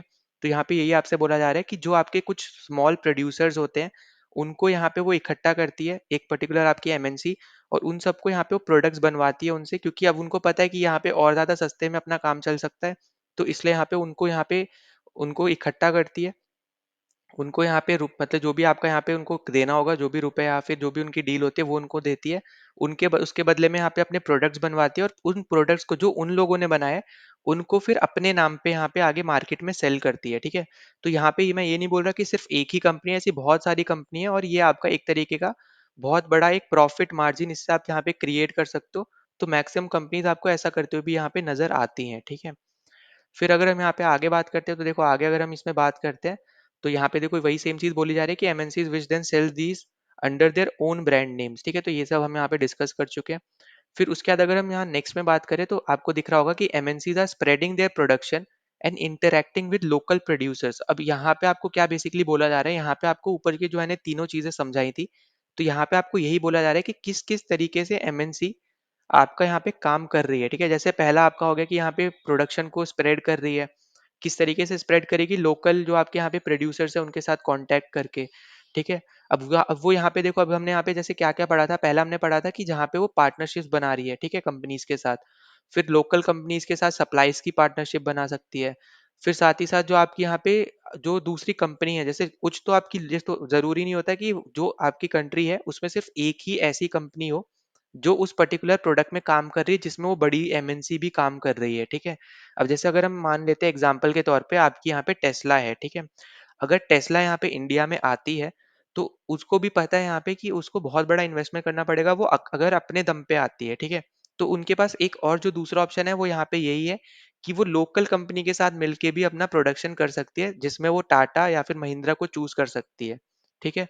तो अब यहाँ पे हमने जैसे देखा था कि जरूरी नहीं, अब यहाँ पे देखो ये भी आपको समझना पड़ेगा कि क्या वो इंडियन कंपनी जैसे टाटा और महिंद्रा क्या वो उसके साथ जुड़ने को तैयार है या फिर नहीं है, क्योंकि दोनों तरफ से हाँ होना चाहिए, तभी ये डील आपकी आगे बढ़ती है, ठीक है। तो ये चीज आपको यहाँ पे समझनी है। हो सकता है यहाँ पे कि जो आपकी लोकल कंपनीज है वो नहीं चाहती है इसमें डील में शामिल होना, तो अब उस केस में क्या होगा कि टाटा जो आपकी है टेस्ला है वो कंप्लीटली खुद के दम पे यहाँ पे इन्वेस्टमेंट करेगी, सब कुछ खुद करेगी, बड़ा पैसा यहाँ पे इन्वेस्ट करेगी, फॉरेन आपका यहाँ पे इन्वेस्टमेंट बढ़ेगा इंडिया में, जिसकी वजह से इनडायरेक्टली आपका यहाँ पे इंडियन इकोनॉमी को भी यहाँ पे बूस्ट मिलेगा और भी ज्यादा। तो अब यहाँ पे क्या होगा कि इंडिया की जो लोकल कंपनी है और जो यहाँ पे बाहर से एमएनसी आई, अब उन दोनों के बीच में यहाँ पे कम्पिटिटिव नेचर रहने वाला है दोनों के बीच में कि किसके प्रोडक्ट, क्योंकि हर अब यहाँ पे दोनों ही कंपनी चाहेंगी कि अपने यहाँ पे प्रोडक्ट्स को बेचे और ज्यादा से ज्यादा कस्टमर्स को बेचे। अगर इनके बीच में कुछ डील होती तो इनके जो डील होती है उसके बेसिस पे यहाँ पे वो इक्वली, या फिर आप समझ लो कि अगर वो टेस्ला भी सामान बेच रही है अपने यहाँ पे कोई कार बेच रही है तो उसका कुछ परसेंट प्रॉफिट यहाँ पे टाटा या महिंद्रा जो भी उसके साथ डील करता तो उनको उनके पास भी यहाँ पे जाता। तो अब यहाँ पे अगर उन्होंने डील नहीं करी है तो उस केस में अब यहाँ पे जो ये दोनों कंपनी है, एक तरफ टेस्ला और आपका एक तरफ टाटा या महिंद्रा जो भी आप ले लो, तो अब इनके बीच में यहाँ पे कंपटीशन यहाँ पे रहने वाला है, ठीक है। तो यही चीज आपको यहाँ पे बस बताई जा रही है। फिर आगे बात करते हैं तो यहाँ पे देखो आपको एक एग्जांपल दे रखा है फोर्ड मोटर्स का। तो देखो यहाँ पे बेसिकली क्या बोला है, आपको पता होगा फोर्ड मोटर आपका एक ऑटोमोबाइल मैन्युफैक्चरर है, मतलब कार की एक कंपनी है, ठीक है। कार बोलो और भी आपकी और भी व्हीकल्स बनाती है वो, इसलिए यहाँ पे ऑटोमोबाइल बोल रखा है। तो ऑटोमोबाइल यहाँ पे बेसिकली एक मैन्युफैक्चर है जो आपका 26 से ज्यादा कंट्रीज ऑलमोस्ट यहाँ पे उसमें प्रेजेंट है, जिसमें से इंडिया में ये 1995 में आया था और इन्होंने 1700 करोड़ रुपए यहाँ पे इन्वेस्ट किए थे। अब यहाँ पे आप खुद समझो 1700 करोड़ कितनी बड़ी इन्वेस्टमेंट है, ठीक है। उसके हेल्प से इन्होंने एक बहुत बड़ा यहाँ पे एक प्रोडक्शन प्लांट इन्होंने सेटअप किया जहाँ पे कार्स इन्होंने मैन्युफैक्चर करी। जिन कार्स को यहाँ पे इन्होंने इंडिया में तो बेचा ही था, साथ ही साथ इन्होंने एक्सपोर्ट भी किया उन कार्स को। क्योंकि अब देखो यहाँ पे जो मैंने आपको बताया कि चीप लेबर, ठीक है, तो इंडिया एक और एग्जांपल है चीप लेबर का। तो उनको सस्ते में कार यहाँ पे बनानी उनको यहाँ पे इजीली उनको मिल गई। फिर उसके बाद अब इन्होंने शिप करना शुरू किया, जो भी उनका प्राइस था, जैसे यहाँ पे मान लो इंडिया में तो शिप कर रहे हैं, तो इंडिया में इंडिया के प्राइस पे उनको बेचना पड़ेगा, तभी उनकी कार बिकेंगी। पर यूरोप साइड में, यूएसए साइड में उनके यहाँ पे करेंसी ज्यादा स्ट्रांग है। तो उस केस में अगर आप देखोगे तो यूरो, अगर देखोगे तो यूरो में उनको खरीदना पड़ेगा, तो उनका प्राइस ज्यादा रहेगा। ठीक है, तो उनको यहाँ पे प्रॉफिट भी अच्छा खासा मिलेगा उस जगह से। और उनकी बनी कार सस्ते में है क्योंकि उन्होंने इंडिया में बनाई है। तो इस तरीके से यहाँ पे फोर्ड ने भी बहुत ज्यादा इन्वेस्टमेंट करके भी अपना जो इन्वेस्टमेंट उन्होंने किया है ना, बहुत जल्दी यहाँ पे उन्होंने वापस उसको गेन कर लिया। ठीक है, मतलब उतना उससे ज्यादा तो इनका यहाँ पे प्रॉफिट ही हो गया होगा इजिली। ठीक, अब यहाँ पे आपको यही बोला जा रहा है कि इन्होंने जो यहाँ पे ये सेटअप किया था प्लांट, ये इन्होंने सेटअप किया था महिंद्रा एंड महिंद्रा की हेल्प से, जो आपकी एक और लोकल कंपनी है ऑटोमोबाइल की। ठीक है, तो यहाँ पे आपको यही एग्जांपल दे रखा है कि उन्होंने कुछ कार्स इंडिया में बेची, जो इंडिया में बनाई, और जो इंडिया में बनाई उनमें से कुछ कार्स यहाँ पे इन्होंने फॉरेन कंट्रीज में भी बेची थी ना। उसके आगे देखो आपको यहाँ पे क्या दे रखा है कि लॉन्ग टाइम तक तो हम लोग यहाँ पे फॉरेन ट्रेड के बारे में ही हम लोग यहाँ पे मेनली पढ़ते थे। ठीक है, कि यहाँ पे जैसे हम इंडिया हो गया, मेसोपोटामिया होगा, अगर हम हिस्ट्री की बात करें तो फॉरेन ट्रेड्स ही जनरली यहाँ पे हुआ करती थी। कुछ ट्रेड रूट्स भी थे आपके यहाँ पे जो इंडिया को कनेक्ट करते थे यहाँ पे यूरोप से या फिर आपकी साउथ एशिया से। तो उन ट्रेड रूट्स के बारे में हमें थोड़ा बहुत पता है। जैसे अब यहाँ पे हमें क्या देखने को मिल रहा है कि जो आपका प्रेजेंट टाइम में भी अगर आप यहाँ पे देखोगे, तो जो अगर प्रेजेंट को चलो एक तरफ अभी मैं आपको बताऊंगा, तो अगर जैसे आपकी ईस्ट इंडिया कंपनी है, ठीक है, जैसे यहाँ पे आपको मार्क कर रखा है, तो ईस्ट इंडिया कंपनी भी यहाँ पे इंडिया में क्यों आई थी, क्योंकि उन्होंने एक तरीके से प्रोडक्ट यहाँ पे कभी ना कभी उन्होंने ट्राई करे होंगे। ठीक है, पहली चीज तो आपको यहाँ पे ये पता होना चाहिए। दूसरा, उनको ईजिली रॉ मटेरियल्स आपको बहुत उनको ईजिली यहाँ पे मिल जा रहे थे। फिर तीसरा पॉइंट, उनका ट्रेडिंग इंटरेस्ट भी था यहाँ पे। क्योंकि अगर आपको यहाँ पे पता हो कि सिर्फ यहाँ पे ईस्ट इंडिया कंपनी नहीं आई थी, बहुत भी आपकी अलग अलग कंट्री की यहाँ पे कंपनीज आई थी। चाहे आप फ्रांस ले लो, ठीक है, फ्रांस का ले लो, फिर आप यहाँ पे डच ले लो, पोर्टुगल ले लो, ठीक है, कोई भी आप यहाँ पे ले सकते हो। तो हर एक यहाँ पे आई थी, पर सबसे ज्यादा सक्सेसफुल कौन सी हुई थी, वो आपकी हुई थी यहाँ पे ईस्ट इंडिया कंपनी। क्योंकि east India company mainly trading के लिए आई थी, ठीक है, पैसे कमाने के लिए आई थी। बल्कि यहाँ पे जो बाकी सारी कंट्रीज जो आई हैं बेसिकली कंपनीज, तो वो जितनी भी आई थी वो बेसिकली क्रिश्चियनिटी को आगे फॉरवर्ड करने के लिए आई थी। ठीक है, तो इन दोनों का आपको डिफरेंस समझना पड़ेगा। एक तरफ वो रिलीजन को आगे बढ़ाना चाह रहे थे, ट्रेडिंग उनकी सेकंड प्रायोरिटी थी ट्रेडिंग भी, पर सेकंड प्रायोरिटी थी। वहीं पे ईस्ट इंडिया कंपनी की यहाँ पे सबसे बड़ी और मेन प्रायोरिटी और इकलौती प्रायोरिटी आप इसको बोल सकते हो एक तरीके से, वो थी उनकी यहाँ पे ट्रेडिंग। ठीक है, मतलब यहाँ पे उनको पैसे कमाने थे, और उन्होंने यहाँ पे वो चीज आप यहाँ पे क्लियरली देख पाओगे किस तरीके से यहाँ पे इंडिया के साथ किया ही है उन्होंने। ठीक है, तो यहाँ पे यही चीज आपको बोली जा रही है। तो यहाँ पे ये सब चीजों की वजह से यहाँ पे ये अट्रैक्ट हुई थी आपकी ईस्ट इंडिया कंपनी। फिर हम यहाँ पे अगर आगे बात करते हैं, तो देखो जब भी हम यहाँ पे बात करेंगे ना फॉरेन ट्रेड की, तो फॉरेन ट्रेड बेसिकली एक प्रोड्यूसर को, ठीक है, मान लो कि इंडिया का कोई एक प्रोड्यूसर है जो कोई भी एक पर्टिकुलर प्रोडक्ट यहाँ पे बनाता है। ठीक है, अब जब भी यहाँ पे फॉरेन ट्रेड की हम बात करेंगे, तो वो उस प्रोड्यूसर के पास एक ऑप्शन रहेगा कि वो डोमेस्टिक मार्केट, मतलब इंडियन मार्केट में तो अपना सामान बेच ही सकता है, पर साथ ही साथ वो दूसरे कंट्रीज की मार्केट में भी अपना सामान बेच सकता है with the help of foreign trade. ठीक है, तो फॉरेन ट्रेड बेसिकली यहाँ पे प्रोड्यूसर्स के लिए एक बहुत बड़ा यहाँ पे पॉजिटिव साइन है, जिसके थ्रू वो अपनी मार्केट साइज बढ़ा सकते हैं। ठीक है, जैसे इंडिया का अगर वो प्रोड्यूसर है, तो वो इंडिया में अगर बेच रहा है, तो इंडिया का मार्केट साइज तो उसके अंदर आ ही गया। साथ ही साथ अगर वो मान लो चाइना में बेचता है, यूरोप में बेचता है, यूएसए में बेचता है, तो उन सब कंट्रीज का भी मार्केट साइज उस पर्टिकुलर प्रोड्यूसर की कंपनी में ऐड ऑन होता रहेगा, कि उसका बहुत बड़ा मार्केट साइज है ऑल ओवर द वर्ल्ड। ठीक है, जैसे टेस्ला, अगर हम टेस्ला छोड़ो टाटा की बात करते हैं, तो टाटा आपको पता है यहाँ पे कि हर एक कॉन्टिनेंट में वो प्रेजेंट है। ठीक है, तो यहाँ पे अगर एंटार्क्टिका अलग कर दो, तो उस सब में अगर आप यहाँ पे देखोगे तो उनकी बहुत ज्यादा हाई प्रॉफिट उनका रहता है। कंपनीज यहाँ पे उस पर्टिकुलर कंट्री के लोगों को अपने अंडर रखती है। ठीक है, मतलब जो टाटा है आपकी, तो टाटा यहाँ पे उन कंट्री के जो लोग हैं जो उसके लिए काम कर रहे हैं, उनके लिए सैलरी दे रही है। तो सिर्फ इंडियंस ही नहीं है जो टाटा में काम कर रहे हैं, बाहर के भी लोग हैं जो यहाँ पे काम कर रहे हैं। ठीक है, तो ये चीज आपको यहाँ पे समझनी कि फॉरेन ट्रेड बेसिकली यहाँ पे आपके एक प्रोड्यूसर को एक बहुत बड़ा एक पॉजिटिव साइन होता है प्रोड्यूसर के लिए, जहाँ पे वो अपनी कंट्री में, मतलब डोमेस्टिक में तो यहाँ पे सेल कर सकता है प्रोडक्ट, पर साथ ही साथ दूसरी मार्केट में भी वो यहाँ पे प्रोडक्ट को सेल कर सकता है। और जो आपका बायर है वो फॉरेन ट्रेड की हेल्प से उसके पास क्या हो जाता है, चॉइस मिल जाती है यहाँ पे गुड्स की, कि अब वो यहाँ पे उसके पास तीन चार चॉइस हो जाएंगी, अब उनमें से वो उसको चूज करना पड़ेगा। अगर फॉरेन ट्रेड नहीं होता, और मान लो जैसे अब यहाँ पे इंडियन रेलवेज है, ठीक है, एग्जाम्पल ले रहा हूँ मैं, ठीक है, उसमें नेगेटिव मत सोचना। तो यहाँ पे अगर मान लो जैसे इंडियन रेलवेज है, अब इंडिया में रेलवे सिर्फ और सिर्फ गवर्नमेंट के पास है। ठीक है, अगर आपको यहाँ पे रेलवेज में ट्रेवल करना है, तो उस केस में आपको सिर्फ और सिर्फ इंडियन रेलवेज के थ्रू ही आप यहाँ पे ट्रेवल कर सकते हो, और कोई भी दूसरी प्राइवेट कंपनी है ऐसा कुछ भी नहीं है। तो ठीक है, जैसे आपका एयरपोर्ट में क्या एयरप्लेन्स में कि आपकी अलग-अलग कंपनीज़ हैं, तो उनके अलग-अलग प्राइस रहते हैं, तो उसके बेसिस पे आप यहाँ पे चूज़ कर सकते हो कि आपको इसमें सस्ता पड़ रहा है तो आप यहाँ जा सकते हो, इस टाइम पे आपको पहुँचना है तो आप इसमें जा सकते हो। पर इंडियन रेलवेज़ में ऐसा नहीं है, इंडियन रेलवेज़ में सिर्फ़ आपकी यहाँ एक ही कंपनी है, ठीक है, जो गवर्नमेंट बेस्ड कंपनी है, और वही आपके उसके थ्रू ही आपको यहाँ पे अगर रेलवेज़ को यहाँ पे यूज़ करना है, तो उसके थ्रू ही आपको यहाँ पे यूज़ करना पड़ेगा। तो जिसको हम क्या बोलते हैं, मोनोपोली भी बोलते हैं। अभी आप जैसे-जैसे आगे जब हम जाएँगे तो आपको समझ में भी आएगा ये सब चीज़ें, मोनोपोली, ओलियोपोली ये सब।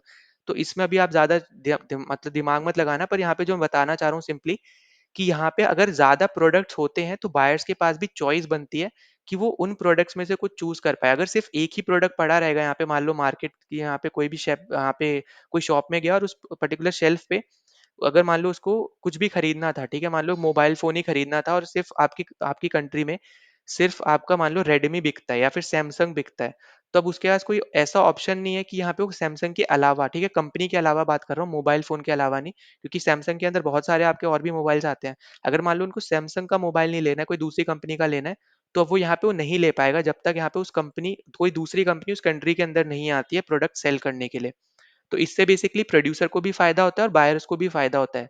ठीक है, अब जैसे आपको यहाँ पे एक एग्जांपल दे रखा है, वो है आपका यहाँ पे चाइनीज टॉयज का, जो इंडियन मार्केट में यहाँ पे आपको देखने को मिल जाते हैं इजीली। तो देखो चाइनीज जो आपके यहाँ पे मैन्युफैक्चरर्स थे, तो उन्होंने एक पॉइंट यहाँ पे इजीली यहाँ पे उसको पकड़ा था इंडियन मार्केट का, वो था कि जो इंडियन मार्केट है, इंडियन मार्केट में जो टॉयज मिलते थे वो बहुत ज्यादा, आप समझ लो बहुत ज्यादा हाई प्राइसेस के थे, ठीक है, जिसकी वजह से यहाँ पे जो लोग थे उनको खरीदते नहीं थे। तो अब इन्होंने बेसिकली यहाँ पे क्या देखा, चाइनीज मैन्युफैक्चर ने, उन्होंने क्या करना शुरू किया, उन्होंने एक्सपोर्ट करना शुरू कर दिया चाइनीज टॉयज को इंडिया में, वो भी सस्ते से सस्ते प्राइस पे। जिसकी वजह से आपको प्रेजेंट टाइम में भी देखने को मिल जाएगा कि यहाँ पे मैक्सिमम जो टॉयज आपको देखने को मिलेंगे ना किसी भी शॉप पे, वो आपके चाइनीज मैन्युफैक्चर के थ्रू ही मैन्युफैक्चर्ड हुए हैं। ठीक है, और इसी की वजह से एक तो चीप प्राइस की वजह से लोगों ने लेना शुरू किया था इनको, दूसरा यहाँ पे इनकी यूनिक डिजाइन की वजह से, जो इन्होंने डिजाइन वगैरह यहाँ पे प्रोड्यूस करी थी उसकी वजह से। तो इसकी वजह से आपको क्या देखने को मिला कि 70 टू 80% अगर आप देखोगे टॉय मार्केट का आपका चाइनीज के अंदर ही आता है। ठीक है, जो भी चाइनीज मैन्युफैक्चरर्स है, जो चाइनीज आपके टॉयज है, वो सब आपके यहाँ पे 80 टू 70 टू 80% आपका मार्केट को कैप्चर करता है टॉयज की।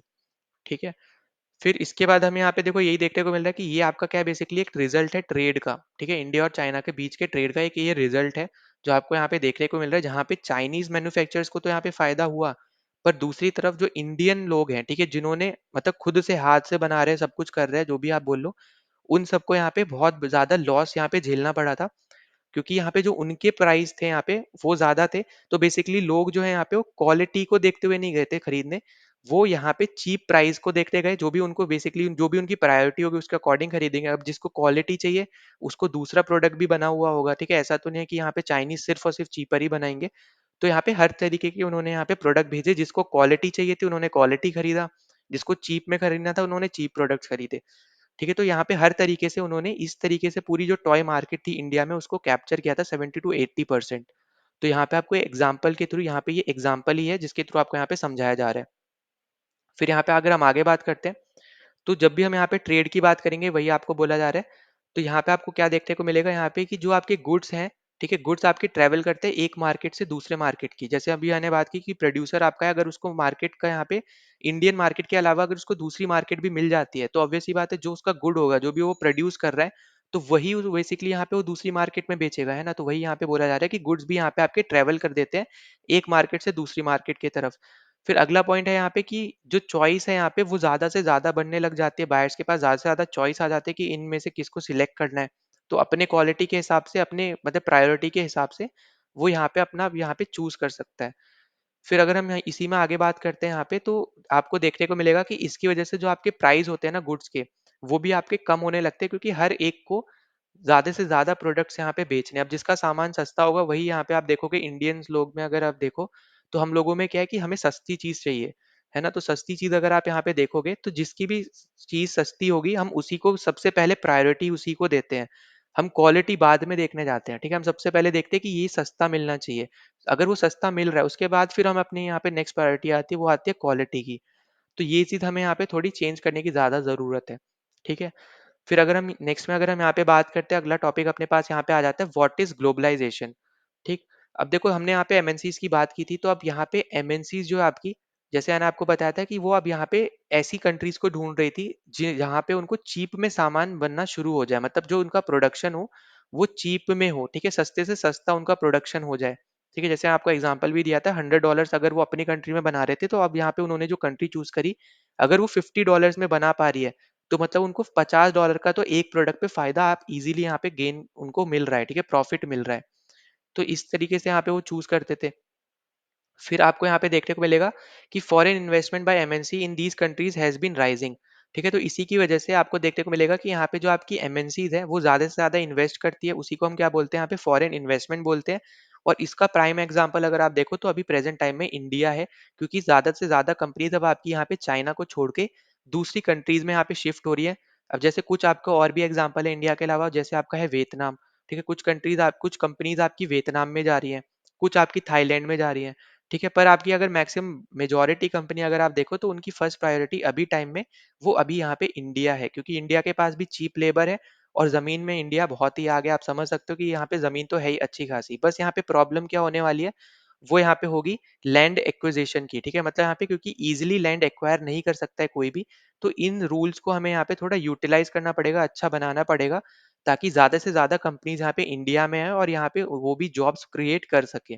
ठीक है, तो हमने यहाँ पे ये बात कर ली। अब इसके बाद अगर हम आगे बात करते हैं तो यहाँ पे हमने जैसे देखा कि फॉरेन इन्वेस्टमेंट बढ़ती है, फॉरेन ट्रेड भी आपकी यहाँ पे बढ़ती है, क्योंकि यहाँ पे जब जो आपकी एमएनसी है वही एक मेजर रोल रोल प्ले करती है यहाँ पे फॉरेन ट्रेड में भी। ठीक है, अब फॉरेन ट्रेड क्या होगा, गुड्स सर्विसेज को यहाँ पे आप एक कंट्री से दूसरी कंट्री यहाँ पे बेच रहे हो, ठीक है, आगे भेज रहे हो, तो वो आपकी यहाँ पे क्या काम करेगा, वो आपका एक एमएनसी जो होगी आपकी, जो भी वो प्रोड्यूस कर रही है गुड्स, तो उसको यहाँ पे जिसने भी उस पर्टिकुलर कंपनी ने जिस भी कंट्री में प्रोड्यूस करा, अब उस कंट्री में प्रोड्यूस होने के बाद वो दूसरी कंट्री में बेचेगी। तो इसलिए यहाँ पे बोला जा रहा है कि एमएनसी भी आपकी यहाँ पे एक मेजर रोल प्ले करती है आपका यहाँ पे फॉरेन ट्रेड को बढ़ाने के लिए कंट्रीज के बीच में।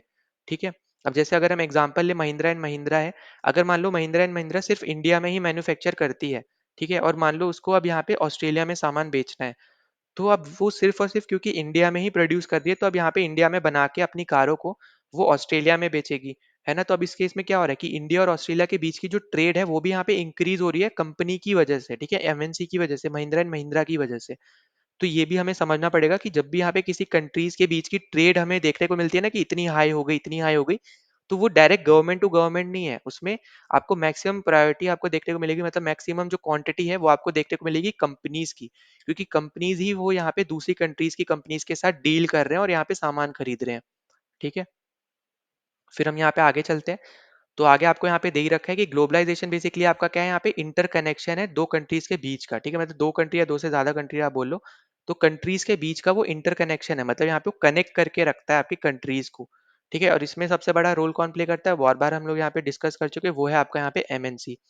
ठीक, फिर देखो आगे आपको क्या दे रखा है, more and more goods and services investment and technology are moving between countries. तो यहाँ पे वही बात हो रही है कि कहीं कहीं आपको दिखेगा गुड्स आपके ट्रांसपोर्ट हो रहे हैं, कहीं सर्विसेज ट्रांसपोर्ट हो रही है, कहीं टेक्नोलॉजी हो रही है, इन्वेस्टमेंट हो रही है। तो यही आपको यहाँ पे बार बार बोला जा रहा है।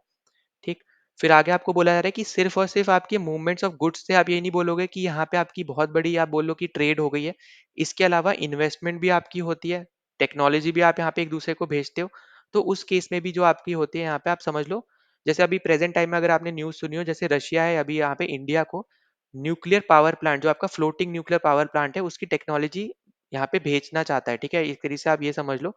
तो ये भी आपका क्या है, टेक्नोलॉजी वो अगर वो इंडिया को दे रहा है बेसिकली, तो ये भी आपका एक तरीके का क्या है, यहाँ पे ये ग्लोबलाइजेशन का आप इसको स्टेप मान सकते हो, जहाँ पे वो दो कंट्रीज के बीच को कनेक्ट करके रख रहा है। ये भी आप यहाँ पे ट्रेड में आप यहाँ पे इसको काउंट कर सकते हो। ठीक है, फिर अगर हम इसमें आगे बात करते हैं यहाँ पे, तो आपको देखने को मिलेगा यहाँ पे कि एक दूसरा रीजन जिसकी वजह से कंट्रीज बहुत ज्यादा कनेक्टेड फील करते हैं, वो होता है यहाँ पे लोगों की मूवमेंट की वजह से। ठीक है, अब जैसे एग्जांपल अगर आप लो, इंडिया फिजी का ले लो या इंडिया आप मॉरिशियस का ले लो, तो आपको देखने को मिलेगा कि इंडिया के रिलेशंस फिजी हो गया, मॉरिशियस हो गया, बहुत ज्यादा क्लोज है, क्योंकि वहाँ पे इंडियन पॉपुलेशन, इंडियन मेजोरिटी, मतलब आप समझ लो बहुत ज्यादा है वहाँ पे इंडियन ओरिजिन के लोग। तो यहाँ पे उसकी वजह से भी आप ये रीजन समझ सकते हो कि उनके इंडिया और उस पर्टिकुलर कंट्रीज के बीच की जो रिलेशन है बहुत ज्यादा स्ट्रांग है। ठीक है, फिर उसके अलावा अगर हम यहाँ पे आगे बात करते हैं इसमें, तो आगे आपको यहाँ पे देखने को देखो क्या मिलेगा कि people usually move from one country to another. अब आपको जैसे पता ही है कि यहाँ पे जो लोग हैं वो ज्यादातर मूव क्यों करते हैं, ताकि उनको एक बेटर जॉब मिल सके, बेटर इनकम वो यहाँ पे कमा सके। ठीक है, जॉब अपॉर्चुनिटी अच्छी मिले, एजुकेशन फैसिलिटी उनको ज़्यादा अच्छी मिले, तो इसकी वजह से यहाँ पे मूव करते हैं। पर प्रेजेंट टाइम में अगर आप देखोगे तो ईज़ी नहीं है यहाँ पे एक कंट्री से दूसरी कंट्री यहाँ पे मूव करना, ठीक है? तो यही आपको बताया जा रहा है। फिर अगला टॉपिक देख लेते हैं। तो अगला टॉपिक आपको यहाँ पे देखने को मिलेगा factors that have enabled globalisation. ठीक। अब उसमें सबसे पहला आपका यहाँ पे आ जाता है टेक्नोलॉजी। अब यहाँ पे हम बार बार डिस्कस कर चुके हैं कि टेक्नोलॉजी आपकी सबसे बड़ी आप बोल लो या फिर एक one of the most important या फिर आप समझ लो वन ऑफ द मेजर यहाँ पे रोल प्ले करता है यहाँ पे, वो है आपका यहाँ पे टेक्नोलॉजी। जो आपका है फैक्टर्स बेसिकली आपका इसको मान सकते हो एक मेजर फैक्टर है आपका ट्रेडिंग के टाइम का, ठीक है? तो यहाँ पे बेसिकली क्या हो रहा है कि आपका जो ट्रांसपोर्टेशन टेक्नोलॉजी है, जिसकी वजह से आप इजीली यहाँ पे ट्रांसपोर्ट कर सकते हो ज़्यादा से ज़्यादा गुड्स को, बहुत बड़े क्वांटिटी में आप यहाँ पे ट्रैवल करा सकते हो, यहाँ पे ट्रांसपोर्ट कर सकते हो एक कंट्री से दूसरे कंट्री में, और वो भी सस्ते प्राइस पे। अब वो कैसे कर सकते हो, ये आपको यहाँ पे देखो देखने को मिल रहा है, ये सब कंटेनर्स आपको यहाँ पे देखने को मिल रहे हैं। तो इनके थ्रू आप यहाँ पे शिप्स के थ्रू आप इनको एक कंट्री से दूसरी कंट्री यहाँ पे भेज सकते हो, ठीक है? ट्रेन्स आप यहाँ पे यूज कर सकते हो, एयरप्लेन्स आप यहाँ पे यूज कर सकते हो। तो इनके थ्रू बेसिकली हम यहाँ पे एक कंटेनर में बहुत ज्यादा प्रोडक्ट हम यहाँ पे बेच सकते हैं। अगर हाँ, अगर हम मान कर बात करते हैं यहाँ पे कार के केस में, ठीक है? तो कार के केस में अगर हम छोटा कंटेनर लेंगे तो एक कंटेनर में एक कार आएगी। पर उसमें भी यहाँ पे अगर आप देखोगे तो ईजिली आप यहाँ पे ज़्यादा से ज़्यादा प्राइस में उनको आप आगे जाके बेच सकते हो, ठीक है? मतलब सस्ते में वो ट्रांसपोर्ट हो रही है, पर बेचोगे आप यहाँ पे ज़्यादा प्राइस में, तो उससे आपको यहाँ पे प्रॉफिट ही होगा। तो वही आपको यहाँ पे बताया जा रहा है। ठीक। फिर आगे हम यहाँ पे बात करते हैं तो आपको देखने को मिलेगा कि अभी प्रेजेंट टाइम में इंफॉर्मेशन टेक्नोलॉजी आपका सबसे बड़ा इंपॉर्टेंट मेजर रोल यहाँ पे आपका बोलो प्ले कर रहा है। क्योंकि प्रेजेंट टाइम में अगर आप यहाँ पे देखो तो मैक्सिमम चीजों में आपको देखने को मिलेगा कि कंप्यूटर का यूसेज अब यहाँ पे होने लग गया है, ठीक है? छोटे से छोटी चीज में अब यहाँ पे लोग कंप्यूटर यूज करने लग गए हैं। अब जैसे अगर हम एग्जाम्पल लेते हैं, जैसे अब नीचे अगर आप देखो यहाँ पे आपको एग्जाम्पल दे रखा है कि अब कोई आपकी एक लंदन में कोई कंपनी है जिसको यहाँ पे मैगजीन प्रिंट करानी थी, ठीक है? अब जैसे अगर मैं अपनी तरफ से एग्जांपल लूँ, जैसे मान लो कोई एक ऑथर है, कोई लंदन बेस्ड ऑथर है, उसको अपनी जो बुक उसने लिखी है उसको प्रिंट करवाना है, ठीक है? तो उस केस में अगर उसको लंदन में ही अगर वो प्रिंट कराता है तो ऑब्वियस सी बात है लंदन में यहाँ पे प्राइस बहुत ज़्यादा हाई रहेगा, क्योंकि वहाँ की जो करेंसी है यूरो है, और यूरो की करेंसी जो है वो अच्छी है, मतलब स्टेबल है ज़्यादा, आप समझ लो इंडिया की करेंसी के हिसाब से। तो उसको सस्ता कहाँ पड़ेगा, वो पड़ेगा यहाँ पे इंडिया में।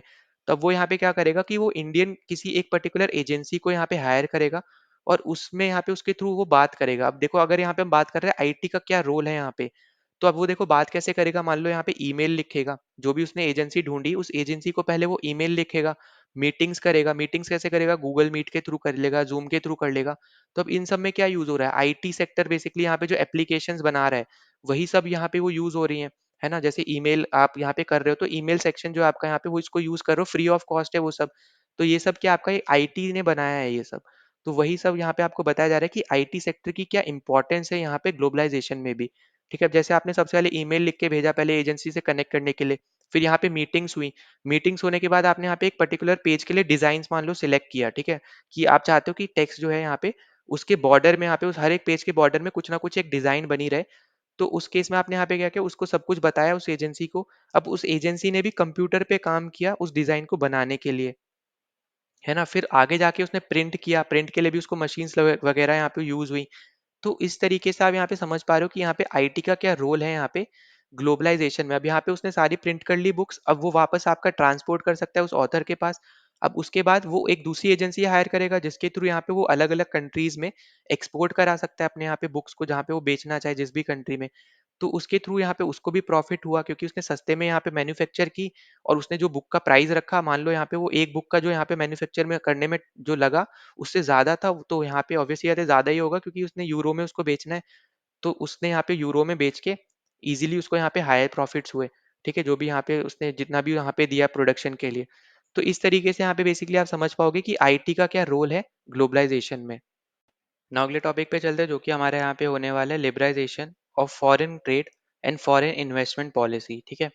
तो यहाँ पे देखो आपको जैसे पता होगा कि यहाँ पे अगर हम एग्जांपल लेते चलते, जैसे आपको यहाँ पे दे रखा है टॉयज का, जो आपके यहाँ पे चाइनीज का हमने यहाँ पे एग्जांपल देखा था चाइनीज टॉयज का, तो उसका अगर हम एग्जांपल लेते हैं तो जैसे हमने यहाँ पे डिस्कस किया कि जो आपके यहाँ पे चाइनीज टॉयज थे वो आपके यहाँ पे इंडियन मार्केट में उन्होंने बहुत ज़्यादा डोमिनेट किया था, क्योंकि वो अपने यहाँ पे टॉयज को बहुत ज़्यादा सस्ते में यहाँ पे बेचते थे, चाइनीज जो मैन्युफैक्चर थे वो। ठीक है? तो अब इसकी वजह से आप यहाँ पे समझ लो कि अगर मान लो इंडियन गवर्नमेंट उस पे यहाँ पे टैक्स लगाना शुरू कर देता है यहाँ पे इंपोर्ट करने पे, ठीक है। जो भी यहाँ पे जो प्रोड्यूसर्स नहीं है, जो बेसिकली यहाँ पे बायर्स है, जो यहाँ पे चाइनीज मैन्युफैक्चरर्स के प्रोडक्ट को यहाँ पे इंपोर्ट करा रहे हैं चाइना से इंडिया में, तो अगर यहाँ पे इंडियन गवर्नमेंट उन प्रोडक्ट्स पे इंपोर्ट करने पे अगर वो यहाँ पे टैक्स लगाना शुरू कर देती है, ठीक है, तो उस केस में अब यहाँ पे क्या होता है कि जो बायर्स है जो उस प्रोडक्ट को खरीद रहे हैं, ठीक है, आगे जाके, तो उनको भी टैक्स देना पड़ता। तो बेसिकली यहाँ पे क्या हो रहा है कि जो अब यहाँ पे जो टॉयज उनको सस्ते में मिल रहे थे, अब वो यहाँ पे उनको महंगे मिलते। तो अभी जिसकी वजह से आपको क्या देखने को मिलता है कि यहाँ पे जो चाइनीज की जो कंपनीज बोल लो या फिर मैन्युफैक्चरर्स बोल लो, अब उनकी जो यहाँ पे इंडिया में मार्केट होती, वो अब यहाँ पे नेग्लिजिबल हो जाती, हटती रहती, धीरे धीरे कम होती रहती या फिर बिल्कुल ही हट जाती। अब जिस केस में आपकी जो इंडियन मार्क जो आपके टॉय मेकर्स थे, वो आप यहाँ पे बोल सकते हो कि अब उनकी यहाँ पे इमेज जो है यहाँ पे और भी ज्यादा इंप्रूव होती, उनका अब यहाँ पे चांस बनता है यहाँ पे प्रॉफिट्स कमाने का, ठीक है। फिर दूसरी चीज कि इन्हीं सब रिस्ट्रिक्शंस को देखते हुए, ठीक है, जो यहाँ भी मैंने आपको बताया कि जैसे इंपोर्ट करने पे टैक्स लगा दिया, तो बेसिकली ये सब क्या है, ये आपका एक तरीके का आप बोल सकते हो यहाँ पे ये टैक्स है। और यहाँ पे इन्हीं को हम क्या बोलते हैं, ट्रेड बैरियर्स बोलते हैं, ठीक है। तो यहाँ पे ये बेसिकली जो आप यहाँ पे ट्रेड, जैसे अभी हमने बात की, ट्रेड क्या होगा, दो कंट्रीज के बीच में आपस के आप जो भी यहाँ पे सामान, गुड, इन्वेस्टमेंट, फॉरेन इन्वेस्टमेंट, जो भी आप बोलो, ये आप एक दूसरे कंट्रीज के आपस में अगर आप दे रहे हो इधर उधर, तो ये सब क्या आपका ट्रेड है। और उसी ट्रेड पे अगर आप यहाँ पे उसको रोकना चाह रहे हो, रिस्ट्रिक्शन लगाना चाह रहे हो, तो ये जो टैक्स है बेसिकली जो आप यहाँ पे लगा रहे हो, ये एक टाइप का रिस्ट्रिक्शन है, जिसको हम यहाँ पे ट्रेड बैरियर के नाम से भी हम यहाँ पे जान रहे हैं, ठीक है। तो यही आपको यहाँ पे नीचे दे रखा है कि it is called a barrier because some restrictions has been set up. Governments can use trade barriers to increase or decrease foreign trade and to decide what kind of goods and how much of each should come into the country. अब देखो इन सब के through यहाँ पे government क्या क्या decide कर सकते हैं। पहली चीज कि यहाँ पे फॉरेन ट्रेड कितना होना चाहिए, उसको कितना इंक्रीज करना है, डिक्रीज करना है, सब कुछ मतलब यहाँ पे डिसाइड कर सकती है। दूसरा चीज यहाँ पे कि कौन से तरीके के गुड्स को यहाँ पे इंडिया में सेल करना चाहिए, ठीक है, वो डिसाइड कर सकती है यहाँ पे रिस्ट्रिक्शंस लगा के। तीसरी चीज यहाँ पे कि कितनी क्वांटिटी में उनको यहाँ पे चाहिए, ठीक है, इंडियन मार्केट में, तो वो भी यहाँ पे इंडियन गवर्नमेंट यहाँ पे डिसाइड कर सकते हैं इन सब रिस्ट्रिक्शंस को लगा के, ठीक है। अब जैसे आपको यहाँ से पता होगा वैसे तो कि जब इंडिया यहाँ पे आज़ाद हुआ था, ठीक है, तो आफ्टर इंडिपेंडेंस अगर हम यहाँ पे बात करते हैं, तो इंडियन गवर्नमेंट ने बहुत ज़्यादा बैरियर्स लगा दिए थे, रूल्स लगा दिए थे, रिस्ट्रिक्शंस लगा दिए थे, जिसकी वजह से जो फॉरेन कंपनीज थी वो इंडिया की मार्केट में नहीं आ सकती थी, ठीक है। कुछ कुछ एसेंशियल जो चीज़ें हैं, जैसे अगर आप यहाँ पे देखो, आपको देखने को मिल जाएगा यहाँ पे, तो कुछ कुछ आपके जो एसेंशियल प्रोडक्ट्स हैं, जैसे फर्टिलाइजर्स हो गए, ठीक है, या फिर आपका पेट्रोलियम हो गया, मशीनरी होगी, तो इन सब की जो कंपनीज है बस वही आपकी सिर्फ इंडिया की मार्केट को टच कर सकती थी। बाकी इनके अलावा जो थी वो यहाँ पे इंडिया की मार्केट में नहीं आ सकती थी, क्योंकि इंडियन गवर्नमेंट ने यहाँ पे रूल्स या आप बोलो रिस्ट्रिक्शंस बोल लो या फिर ट्रेड बैरियर्स यहाँ पे लगा रखे थे, ठीक है। और यहाँ पे सिर्फ ऐसा नहीं है कि यहाँ पे इंडिया ने ही लगाए हैं। आपको देखने को मिलेगा कि जितने भी आपकी डेवलप्ड कंट्री है ना, जो अभी प्रेजेंट टाइम में डेवलप्ड है, उन सब ने अपनी डेवलपिंग फेज में ये सब रिस्ट्रिक्शंस लगाए थे, ताकि उनकी कंट्री के जो प्रोड्यूसर हैं, जो चीजें प्रोड्यूस कर रहे हैं, उनको प्रॉफिट हो सके, ताकि वो अपना सामान अपने लोगों में बेच सके, बाहर की कंपनी आके उनके साथ कंपटीशन ना करे, और अब वो कंपनी पर्टिकुलर कंपनी आके सामान ना बेचने लग जाए ज्यादा, और यहाँ पे जो उनके लोकल प्रोड्यूसर है उनको यहाँ पे ना लॉस हो। तो यही सेम चीज यहाँ पे इंडिया ने भी सोची थी। उसके बाद हमें यहाँ पे देखने को मिलता है 1991 में, जहाँ पे इंडियन मार्केट बेसिकली ओपन हो गई थी यहाँ पे हर एक कंपनीज के लिए, किसी भी तरीके की कोई कंपनी हो। तो बेसिकली यहाँ पे ये इसलिए किया गया था, तो यहाँ पे गवर्नमेंट की ये सोच थी कि इसकी वजह से यहाँ पे कंपटीशन जो आएगा, वो यहाँ पे इम्प्रूव करेगा बेसिकली आपका परफॉर्मेंस, ठीक है। जो आपके यहाँ पे जो लोकल प्रोड्यूसर्स हैं, तो उनकी जो यहाँ पे परफॉर्मेंस है, जो यहाँ पे मान लो कोई क्वालिटी अगर खराब दे रहा था, तो जब कोई बाहर की कंपनी आएगी वही सेम प्रोडक्ट यहाँ पे लॉन्च करेगी, तो अब यहाँ पे जो लोकल प्रोड्यूसर है ना, उसको भी अच्छी क्वालिटी देनी पड़ेगी, सस्ते में देना पड़ेगा, तो बेसिकली यहाँ पे इम्प्रूवमेंट होगी। तो यही सोच के यहाँ पे रिस्ट्रिक्शंस को सबको हटाया गया था, जिसकी वजह से आपने देखा था कि उस टाइम पे आप समझ लो इंडिया के लिए वो एक इकोनॉमिक बूम था, क्योंकि बहुत ज्यादा आपकी कंपनीज यहाँ पे इंडिया में आई थी, बहुत ज्यादा फॉरेन इन्वेस्टमेंट इंडिया में आया था इसकी वजह से, और इंडिया की इकोनॉमी बहुत ज्यादा यहाँ पे ग्रो भी करी थी। तो जो यहाँ पे हम रिस्ट्रिक्शंस की बात कर रहे हैं, ठीक है, तो जब हम यहाँ पे इन रिस्ट्रिक्शंस को, इन बैरियर्स को जब हम हटाते हैं, तो इन्हीं को हम क्या बोलते हैं बेसिकली यहाँ पे, जब हम इन्हीं को हटाते हैं तो हम इनको क्या बोलते हैं बेसिकली, इसी चीज को हम बोलते हैं यहाँ पे लिबराइजेशन, ठीक है। तो यहाँ पे इसी को हम क्या बोलते हैं, लिबरलाइजेशन। तो ये चीज आपको बस याद रखनी है कि हम इस टर्म्स का, इस पर्टिकुलर टर्म का मतलब क्या है, ठीक है। तो जो हमने यहाँ पे रूल्स लगाए, रिस्ट्रिक्शंस लगाए, या फिर आप बोलो बैरियर्स लगाए, तो जब हम यहाँ पे इनको हटाते हैं, तो इन्हीं को हम बोलते हैं यहाँ पे लिबरलाइजेशन, ठीक है। फिर आगे चलते हैं हम लोग यहाँ पे। तो अगला टॉपिक अपने पास यहाँ पे आ जाता है वर्ल्ड ट्रेड ऑर्गेनाइजेशन का। तो देखो जब यहाँ पे इंडिया ने ये सब जो आपको देखने को मिला ना कि 1991 में यहाँ पे अलाउ कर दिया था दूसरी कंपनीज को इंडिया में आने के लिए, तो यहाँ पे कुछ आपकी बहुत बड़ी-बड़ी ऑर्गेनाइजेशंस थी, जो यहाँ पे इस डिसीजन के सपोर्ट में आई थी, जिसमें से सबसे बड़ी ऑर्गेनाइजेशन आपकी यहाँ पे डब्ल्यूटीओ, ठीक है? अब देखो यहाँ पे आपको क्या-क्या पता होना चाहिए, मैं आपको कुछ फैक्ट्स बता दे रहा हूँ, सिंपल-सिंपल स्टैटिक जीके आप बोल लो। तो ये आपकी बनी है यहाँ पे 1995 में, ठीक है? और यहाँ पे 1 जैन में बनी थी, तो ये डेट ये इतना ज़रूरी नहीं है, पर ईयर आपको पता होना चाहिए। फिर अगली चीज़ अगर आपको यहाँ पे पूछता है हेडक्वार्टर इसके कहाँ पे है डब्ल्यूटीओ के, तो इसके हेडक्वार्टर आपको देखने को मिलेंगे यहाँ पे जेनेवा, स्विट्ज़रलैंड में, ठीक है? तो मैक्सिमम आप अगर आप देखोगे तो मैक्सिमम चीज़ें आपको यहाँ पे स्विट्ज़रलैंड में ही देखने को मिलती हैं, उनके हेडक्वार्टर्स आपको ज़्यादातर स्विट्ज़रलैंड में ही देखने को मिलते हैं, बस सिटीज़ अलग-अलग हो जाती है, ठीक है? कोई आपको जेनेवा में देखने को मिलेगा, कोई आपका लाओसेन में देखने को मिलेगा, तो अलग-अलग सिटीज़ में देखने को मिलते हैं, पर मैक्सिमम ऑर्गनाइज़ेशंस जो आपकी हैं, उनके हेडक्वार्टर्स आपको स्विट्ज़रलैंड में ही देखने को मिलते हैं, ठीक है? तो ये 2 पॉइंट आपको यहाँ पे ज़रूर याद रखने हैं, तो यहाँ पे डब्ल्यूटीओ जो है बेसिकली, तो ये आपका सेटअप हुआ था जो डेवलप्ड कंट्री बन चुकी थी उस टाइम तक, ठीक है? तो जैसे मैंने आपको बताया कि 1995 में ये सेटअप हुआ है, तो 1995 तक जो भी आपकी डेवलप्ड कंट्रीज़ थी, उन सब ने यहाँ पे बेसिकली डब्ल्यूटीओ की यहाँ पे शुरुआत करी थी, जिसका एम क्या था यहाँ पे कि हर एक कंट्री को अपना यहाँ पे जो आप समझ लो यहाँ पे जो फॉरेन ट्रेड है, फॉरेन इन्वेस्टमेंट का जो यहाँ पे रास्ता है, वो यहाँ पे खोल के रखना है। कोई भी उस पे रिस्ट्रिक्शंस या ट्रेड में यहाँ पे कोई भी रूल सेटअप नहीं कर सकता है। क्योंकि आप यहाँ पे समझ पा रहे हो ईज़िली कि यहाँ पे इससे बेसिकली उन्हीं कंट्रीज़ को फ़ायदा हो रहा था, क्योंकि यहाँ पे अब क्या हो रहा था कि उन्होंने अपने डेवलपिंग फ़ेज़ में तो यहाँ पे रोक के रखा उन सबको, ठीक है? पर अब वो चाह रहे थे कि जो दूसरी डेवलपिंग कंट्रीज़ हैं, वो अब ये चीज़ ना कर पाएँ, अपने लोकल प्रोड्यूसर्स को यहाँ पे मदद ना कर पाएँ और वो दूसरी कंट्रीज़ को यहाँ पे अलाउ करें। तो इसकी वजह से आपको देखने को मिला था कि जब इंडिया ने आपको यहाँ पे रोका था, तो उसके बाद आपको देखने को मिला कि बहुत ज़्यादा कंट्रीज़ ने सेम स्टेप्स यहाँ पे उठाए थे। पर यहाँ पे जब इंडिया ने 1991 में ये चीज़ हटाई, ठीक है? तो उसमें से आपकी एक इम्पोर्टेंट जो कंट्रीज़ हैं, ठीक है? जिसकी वजह से डब्ल्यूटीओ बना है। तो इसलिए मैं आपको बोल रहा हूँ कि आपको यहाँ पे ये चीज़ समझनी है कि 1991 में भले हमने यहाँ पे इकोनॉमिक बूम हमें देखने को मिला था, हमने रिस्ट्रिक्शंस हटाए थे और ये आपके 1995 में बनी है। पर जिस जो कंट्रीज़ ने बेसिकली यहाँ पे मिलके ये बनाया है, तो उन सब कंट्रीज़ की तरफ से पॉजिटिव इम्पैक्ट हमें यहाँ पे देखने को मिला था, पॉजिटिविटी देखने को मिलती है हमारे उस डिसीज़न के लिए। तो इसलिए मैंने आपको ये बोला था कि डब्ल्यूटीओ की तरफ से हमें ये देखने को मिला, क्योंकि उन्हीं कंट्रीज़ ने बेसिकली ये चीज़ बनाई है, ठीक है? ये ऑर्गनाइज़ेशन बनाई थी। तो यहाँ पे कन्फ्यूज़ मत होना कि वो तो 1991 में हुआ था, आप बोल रहे हो कि 1995 में होगा। तो इनडायरेक्टली यहाँ पे जो मैंने अभी आपको बताया कि कंट्रीज़ ने मिलके डब्ल्यूटीओ बनाया, जो डेवलप्ड कंट्रीज़ हैं और उनकी तरफ से हमें पॉजिटिव स्टेटमेंट्स हमारे पास यहाँ पे आई थी, ठीक है?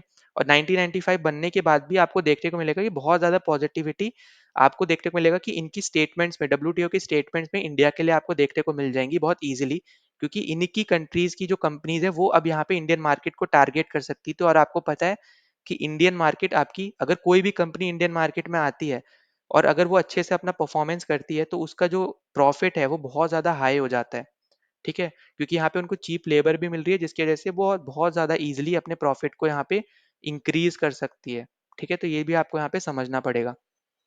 फिर अगर हम यहाँ पे बात करते हो तो देखो ये पुरानी बुक है, क्योंकि मतलब इनका एडिशन जो इस बुक का है वो है आपका यहाँ पे 23-24 का यहाँ पे चलो एडिशन है वैसे तो।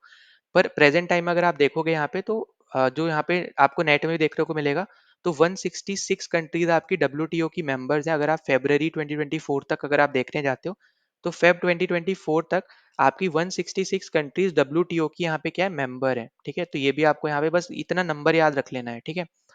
और अगर आप अलग से देखने जाओगे तो आपको 164 भी दिखाएगा, तो 164 आपकी 2016 तक थी, ठीक है? और अभी प्रेजेंट टाइम में आपका 166 है। तो ये पॉइंट्स आपके लिए बहुत ज़्यादा इंपॉर्टेंट है, जो आपको यहाँ पे याद रख लेने हैं, ठीक है? बाकी अगर आप देखो यहाँ पे आपको क्या दे रखा है, तो यहाँ पे आपको ट्रेड प्रैक्टिसेस के ऊपर बेसिकली आपको बोल रखा है कि यहाँ पे देखो, यहाँ पे आपको देखने को मिल जाएगा, यहाँ पे वही सेम चीज़ है नीचे जो है ना, आपको अभी तक बताते हुए आ रहा हूँ, पूरी चीज़ वही है। ठीक है?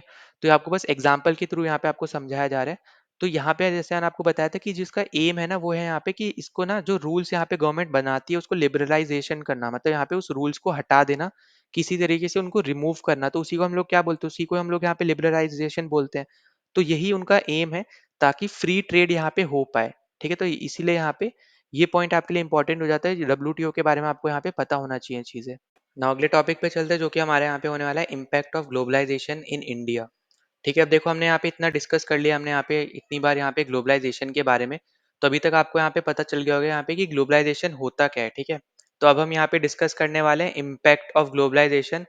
तो यहाँ पे देखो सबसे पहली चीज आपको जो यहाँ पे देखने को मिल गई होगी, इतने टाइम से हम जो डिस्कस करते आ रहे हैं कि globalisation and greater competition among producers, both local and foreign producers. मतलब यहाँ पे अभी हमने इतनी बार डिस्कस किया कि ग्लोबलाइजेशन मतलब यहाँ पे क्या हो गया बेसिकली, यहाँ पे कि आपको फॉरेन ट्रेड करने में इजी हो रहा है पहली बात तो। और जो दूसरी कंपनीज है वो अब आपकी कंट्री में आके ट्रेड कर सकते हैं, मतलब काम कर सकती है, यहाँ पे प्रोडक्ट यहाँ पे प्रोड्यूस कर सकती है, जिसकी वजह से जो आपका लोकल प्रोड्यूसर है उसके प्रोडक्ट में भी आपको यहाँ पे इम्प्रूवमेंट देखने को मिलेगी बहुत ज़्यादा इजीली। ठीक है, तो अब ये और साथ ही साथ दूसरा पॉइंट क्या था कि अब यहाँ पे जो कंज्यूमर्स हैं, जो बायर्स हैं, उनके पास अब लार्ज वैरायटी ऑफ चॉइस आ गई है यहाँ पे कि अब उन पर्टिकुलर प्रोडक्ट्स में से अब वो यहाँ पे अपने हिसाब से अपनी प्रायोरिटी के हिसाब से वो चूज कर सकता है। तो यही बताया जा रहा है आपको यहाँ पे कि ग्लोबलाइजेशन एक टाइप से एक एडवांटेज आया है यहाँ पे कंज्यूमर्स के लिए, क्योंकि आपका जो प्रोड्यूसर्स हैं, ठीक है, तो अब यहाँ पे जो प्रोड्यूसर्स है वो अलग अलग प्रोडक्ट्स आपके यहाँ पे प्रोड्यूस कर रहे हैं एक वैरायटी में। तो अब वो उसके पास क्या आ गया, अब उसके पास यहाँ पे चॉइसेस बन गई हैं, अब उन पर्टिकुलर प्रोडक्ट्स में से वो अपने हिसाब से कोई भी यहाँ पे वो चूज कर सकता है। फिर दूसरा पॉइंट यहाँ पे कि क्वालिटी आपकी यहाँ पे इंप्रूव हुई है, साथ ही साथ लोअर प्राइसेस। अगर आप देखोगे कि यहाँ पे उन दूसरी कंपनीज को आने की वजह से यहाँ पे जो आपके लोकल प्रोड्यूसर्स थे उनके क्वालिटी में बहुत ज़्यादा फर्क आया है। ठीक है, फिर दूसरा पॉइंट कि यहाँ पे उनको भी जो पहले वो ज़्यादा सामान, मतलब जो सामान था वो ज़्यादा में बेच रहे थे, अब उनको भी यहाँ पे सस्ते में बेचना पड़ रहा है ताकि वो अपने ज़्यादा से सामान यहाँ पे कंज्यूमर्स तक पहुंचा सके। तो इसकी वजह से बेसिकली जो प्रोड्यूसर्स हैं उनको भी हेल्प हुई है, साथ ही साथ जो आपके कंज्यूमर्स हैं उनको भी यहाँ पे हेल्प हुई है। और जो आपके जो लोग हैं इन्हीं की इसी की वजह से आपके यहाँ पे हायर स्टैंडर्ड्स ऑफ लिविंग आपको यहाँ पे देखने को मिलती है लोगों लोगों में। ठीक है, अब उसके बाद अगर हम यहाँ पे बात करते हैं अर्बन एरियाज की, तो देखो अर्बन एरियाज में जो आपकी एमएनसीज होती है, जो आपकी जो ऑलरेडी यहाँ डिस्कस कर चुका हूँ, तो जो आपकी जो एमएनसीज होती है बेसिकली वो आपकी इन सब चीज़ों पे ज़्यादा फोकस करती है, क्योंकि अर्बन एरिया की जो पॉपुलेशन है वो इन सब चीज़ों पे ज़्यादा डिपेंडेंट रहती है। जैसे ऑटोमोबाइल हो गया, कोई व्हीकल हो गया, ठीक है, ऑटोमोबाइल ऑटोमोबाइल मतलब यहाँ पे कोई भी व्हीकल हो गया, ठीक है, कार, बाइक, कोई ट्रक हो गया, कोई कंपनी मान लो आप कोई खोल रहे हो, ठीक है, सर्विस चला रहे हो यहाँ पे, बस सर्विस या फिर कोई भी आप ट्रांसपोर्टेशन कंपनी खोल रहे हो, तो उसके लिए आपको यहाँ पे ट्रक्स चाहिए या फिर बस चाहिए। तो वो चीज़ हो गई, मोबाइल्स की कंपनीज हो गई, ठीक है, बैंकिंग सर्विस हो गई, बैंक्स आपको देखा होगा अभी बहुत ज़्यादा बैंक्स आपकी इंडिया में भी देखने को आपको मिल रहे होंगे। तो ये सब आपको अर्बन एरियाज में ज़्यादातर देखने को मिलता है और ये सब आपका टारगेट होता है एमएनसीज का। ठीक है, तो ज़्यादातर जो आपकी एमएनसीज बनती हुई नजर आएंगी ना, वो आपकी इन कैटेगरीज से आपको ज़्यादा देखने को मिलेंगी। ठीक है, फिर उसके बाद आगे अगर हम यहाँ पे बात करते हैं तो नेक्स्ट आपको यहाँ पे देखने को मिलेगा कि इसी की वजह से जो यहाँ पे जो जॉब्स हैं वो भी आपकी यहाँ पे क्रिएट हुई हैं। क्योंकि देखो ऑब्वियस ही बात है यहाँ पे कि जब यहाँ पे कोई दूसरी कंपनी जो बाहर की है वो इंडिया में आके अपनी ऑफिस खोलती है या फिर फैक्ट्री खोलती है, तो उसको काम करवाने के लिए यहाँ पे लेबर्स भी चाहिए या फिर वर्कर्स भी चाहिए। अगर वो कोई सॉफ्टवेयर इंजीनियर कंपनी, मतलब सॉफ्टवेयर इंजीनियर चाहती है, कोई सॉफ्टवेयर की कंपनी है, तो उसके लिए उस पर्टिकुलर स्किल वाले वर्कर्स चाहिए। तो मतलब यहाँ पे आप सीधे-सीधे समझ सकते हो कि यहाँ पे जो जब भी कोई दूसरी कंपनी इंडिया में आके अपनी फैक्ट्री या फिर अपना यहाँ पे ऑफिस खोलती है, तो उससे यहाँ पे इंडिया के लोगों के लिए यहाँ पे जॉब्स भी क्रिएट होंगी। ठीक है, तो यही चीज़ आपको यहाँ पे बताई जा रही है। और फिर अगला यहाँ पे जो इम्पोर्टेंट पॉइंट है कि अगर मान लो कोई एक ऐसी कंपनी है जो यहाँ पे शर्ट्स बनाती है, ठीक है, कोई टी शर्ट्स बनाती है, या फिर मान लो आप अपैरल कंपनी है, मतलब क्लोथिंग कंपनी है, तो अगर वो यहाँ पे कोई शर्ट बना रही है, कोई टी शर्ट बना रही है, तो जो लोकल कंपनी उसको सामान प्रोड्यूस करके दे रही है, ठीक है, रॉ मटेरियल उसको यहाँ पे दे रही है, तो उस लोकल कंपनी को भी यहाँ पे फायदा हो रहा है।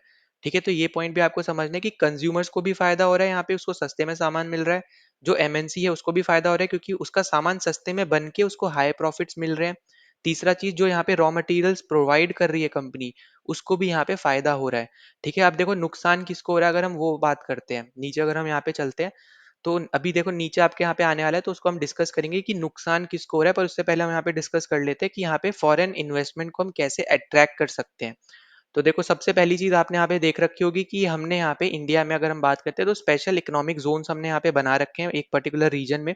अगर उस पर्टिकुलर रीजन में अगर कोई भी कंपनी अपना कोई प्रोडक्शन यूनिट या फिर ऑफिस खोलती है, तो उस केस में यहाँ पे उसको इनिशियल 5 साल के लिए कोई भी टैक्स पे करना नहीं पड़ता है, यहाँ पे आप पढ़ सकते हो। ठीक है, वर्ल्ड क्लास फैसिलिटीज में यहाँ पे वो ये सब फैसिलिटीज यहाँ पे ये प्रोवाइड करती है इंडिया। ठीक है, तो ये भी आप यहाँ पे पढ़ सकते हो। फिर दूसरी चीज की यहाँ पे आपको देखने को मिलेगा जो आपके लेबर लॉज है उसमें फ्लेक्सिबिलिटी आपको प्रोवाइड करती है कंपनीज को गवर्नमेंट।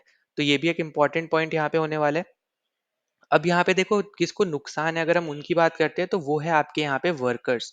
अब कैसे इनको नुकसान है, अगर हम वो बात करते हैं तो देखो यहाँ पे आपको पता चल रहा है कि यहाँ पे एमएनसी जो है वो अपने प्रॉफिट को देखते हुए यहाँ पे आगे बढ़ती है। ठीक है, तो ऑब्वियस सी बात यहाँ पे क्या आपको देखने को मिलेगी, जो आपकी यहाँ पे एमएनसी है तो वो आपके जो वर्कर्स हैं ना, उनको कंप्लीट फुल टाइम के लिए यहाँ पे उनको आप बोल सकते हो सैलरी नहीं देंगे, या फिर उनको कंप्लीट फुल टाइम के लिए उनको हायर करके नहीं रखते। उनको जब ज़रूरत होती है ना, उस शॉर्ट पीरियड के लिए उनको हायर करके रखते हैं। ठीक है, तो शॉर्ट पीरियड की जब उनको हायर करके रखेंगे तो ऑब्वियस सी बात है, जो उन वर्कर्स हैं उनके पास यहाँ पे इनसिक्योर, मतलब वो एक टाइप से इनसिक्योर है यहाँ पे उनके पास, क्योंकि यहाँ पे श्योरिटी नहीं है जॉब्स की। क्योंकि वो कुछ टाइम पीरियड के लिए ही उनके पास जॉब है, उसके अलावा फिर उनके पास जॉब्स नहीं रहने वाली है। तो इसलिए यहाँ पे आपके कंज्यूमर्स, एमएनसी, लोकल कंपनी, इन सब के पास फायदा है। पर जो वर्कर्स हैं, अब जो जैसे लोकल कंपनी जो रॉ मटेरियल्स बना रही है, ठीक है, तो जो रॉ मटेरियल्स बनाने के लिए भी उनको वर्कर्स चाहिए होंगे, लोकल कंपनी को भी। तो उसमें जो वर्कर काम कर रहा है ना, उसको यहाँ पे ये नेगेटिव इम्पैक्ट भी कर रहा है प्रेजेंट टाइम में, अगर आप यहाँ पे देखते हो, जो मैंने आपको यहाँ पे रीजंस भी बताया, ठीक है। तो यहाँ पे आपने यहाँ पे देखने को मिलेगा कि यहाँ पे जो कंपनीज है ना, ज्यादातर कभी भी वो रॉ मटेरियल्स पे खर्चा कम करने का नहीं सोचती है, वो ज्यादातर लेबर कॉस्ट कट करने का सोचती है। मतलब जैसे मान लो, अगर उनके पास 20 लेबर्स है जो उनके लिए काम कर रहे हैं, और उनका रॉ मटेरियल्स मान लो यहाँ पे $100 का आ रहा है, ठीक है, तो वो $100 को वो खत्म नहीं कर सकते जो रॉ मटेरियल से आ रहा है, तो वो तो यहाँ पे वो खर्च करेंगे ही।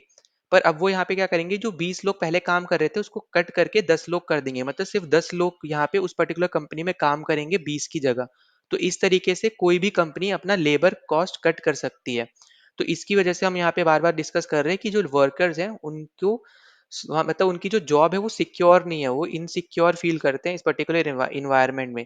ठीक है, अब उसके बाद अगर हम यहाँ पे आगे बात करते हैं, तो एक मेजर रीजन आपको यहाँ पे ये भी देखने को मिलेगा ग्लोबलाइजेशन की वजह से, कि जो आपकी इंडियन कंपनीज है वो भी बहुत ज्यादा यहाँ पे उभर के आई हैं, और वो भी यहाँ पे एमएनसीज बनी है।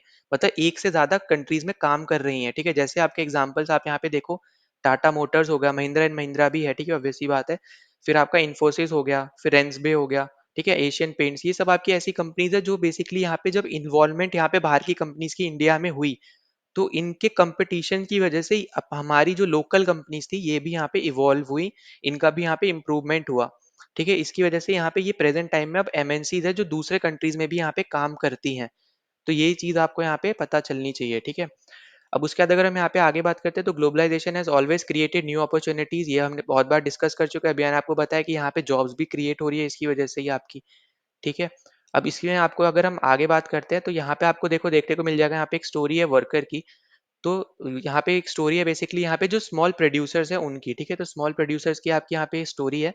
तो वर्कर्स का अभी हमने यहाँ पे डिस्कस कर लिया। अब यहाँ पे जो दूसरे लोग हैं जिनको यहाँ पे नुकसान हो रहा है, अब हम उसके बारे में डिस्कस करेंगे। वो है आपके यहाँ पे जो छोटे छोटे प्रोड्यूसर्स होते हैं वो। ठीक है, अब देखो यहाँ पे आपको दे रखा है कि एक यहाँ पे रवि नाम के कोई इंसान है, तो यहाँ पे ये एक बहुत छोटे प्रोड्यूसर है जिनकी एक खुद की कंपनी है, जिसमें यहाँ पे 20 लोग काम करते हैं इनके अंडर। और इनका काम क्या है, यहाँ पे कैपेसिटर्स बनाना। ठीक है, बेसिकली क्योंकि कैपेसिटर्स आपके यहाँ पे ज्यादातर इलेक्ट्रॉनिक चीजों में यहाँ पे यूज होते हैं, और आपको पता है यहाँ पे कि आप मैक्सिमम चीजें आपकी ऐसी हैं जहाँ पे ये यूज हो सकते हैं, क्योंकि घरों में आप मैक्सिमम चीजें इलेक्ट्रॉनिक यहाँ पे यूज करते ही हो, जैसे फ्रिज हो गया, टीवी हो गई, ट्यूबलाइट हो गई, ठीक है, बल्ब हो गया, कुछ भी हो गया। तो यहाँ पे ये सब आप यहाँ पे यूज करते हो इनको। अब उसके बाद आपको यहाँ पे क्या दे रखा है कि इंडियन गवर्नमेंट ने यहाँ पे जो रिस्ट्रिक्शंस थे यहाँ पे इंपोर्ट के कैपेसिटर्स के ऊपर, वो यहाँ पे 2011 में हटा दिए एग्रीमेंट करने के बाद। जिसकी वजह से जो इनका बिजनेस था, अब ये एग्जाम्पल है, ठीक है, रियल स्टोरी मत समझ लेना, एग्जाम्पल यहाँ पे बता रहे हैं इसके हेल्प से। तो जिसके बाद से यहाँ पे इनको बहुत ज्यादा दिक्कतें फेस करनी पड़ी थी, क्योंकि अब यहाँ पे क्या हो रहा था कि जो बाहर की कंपनीज थी वो भी एक तरीके से यहाँ पे आ गई थी।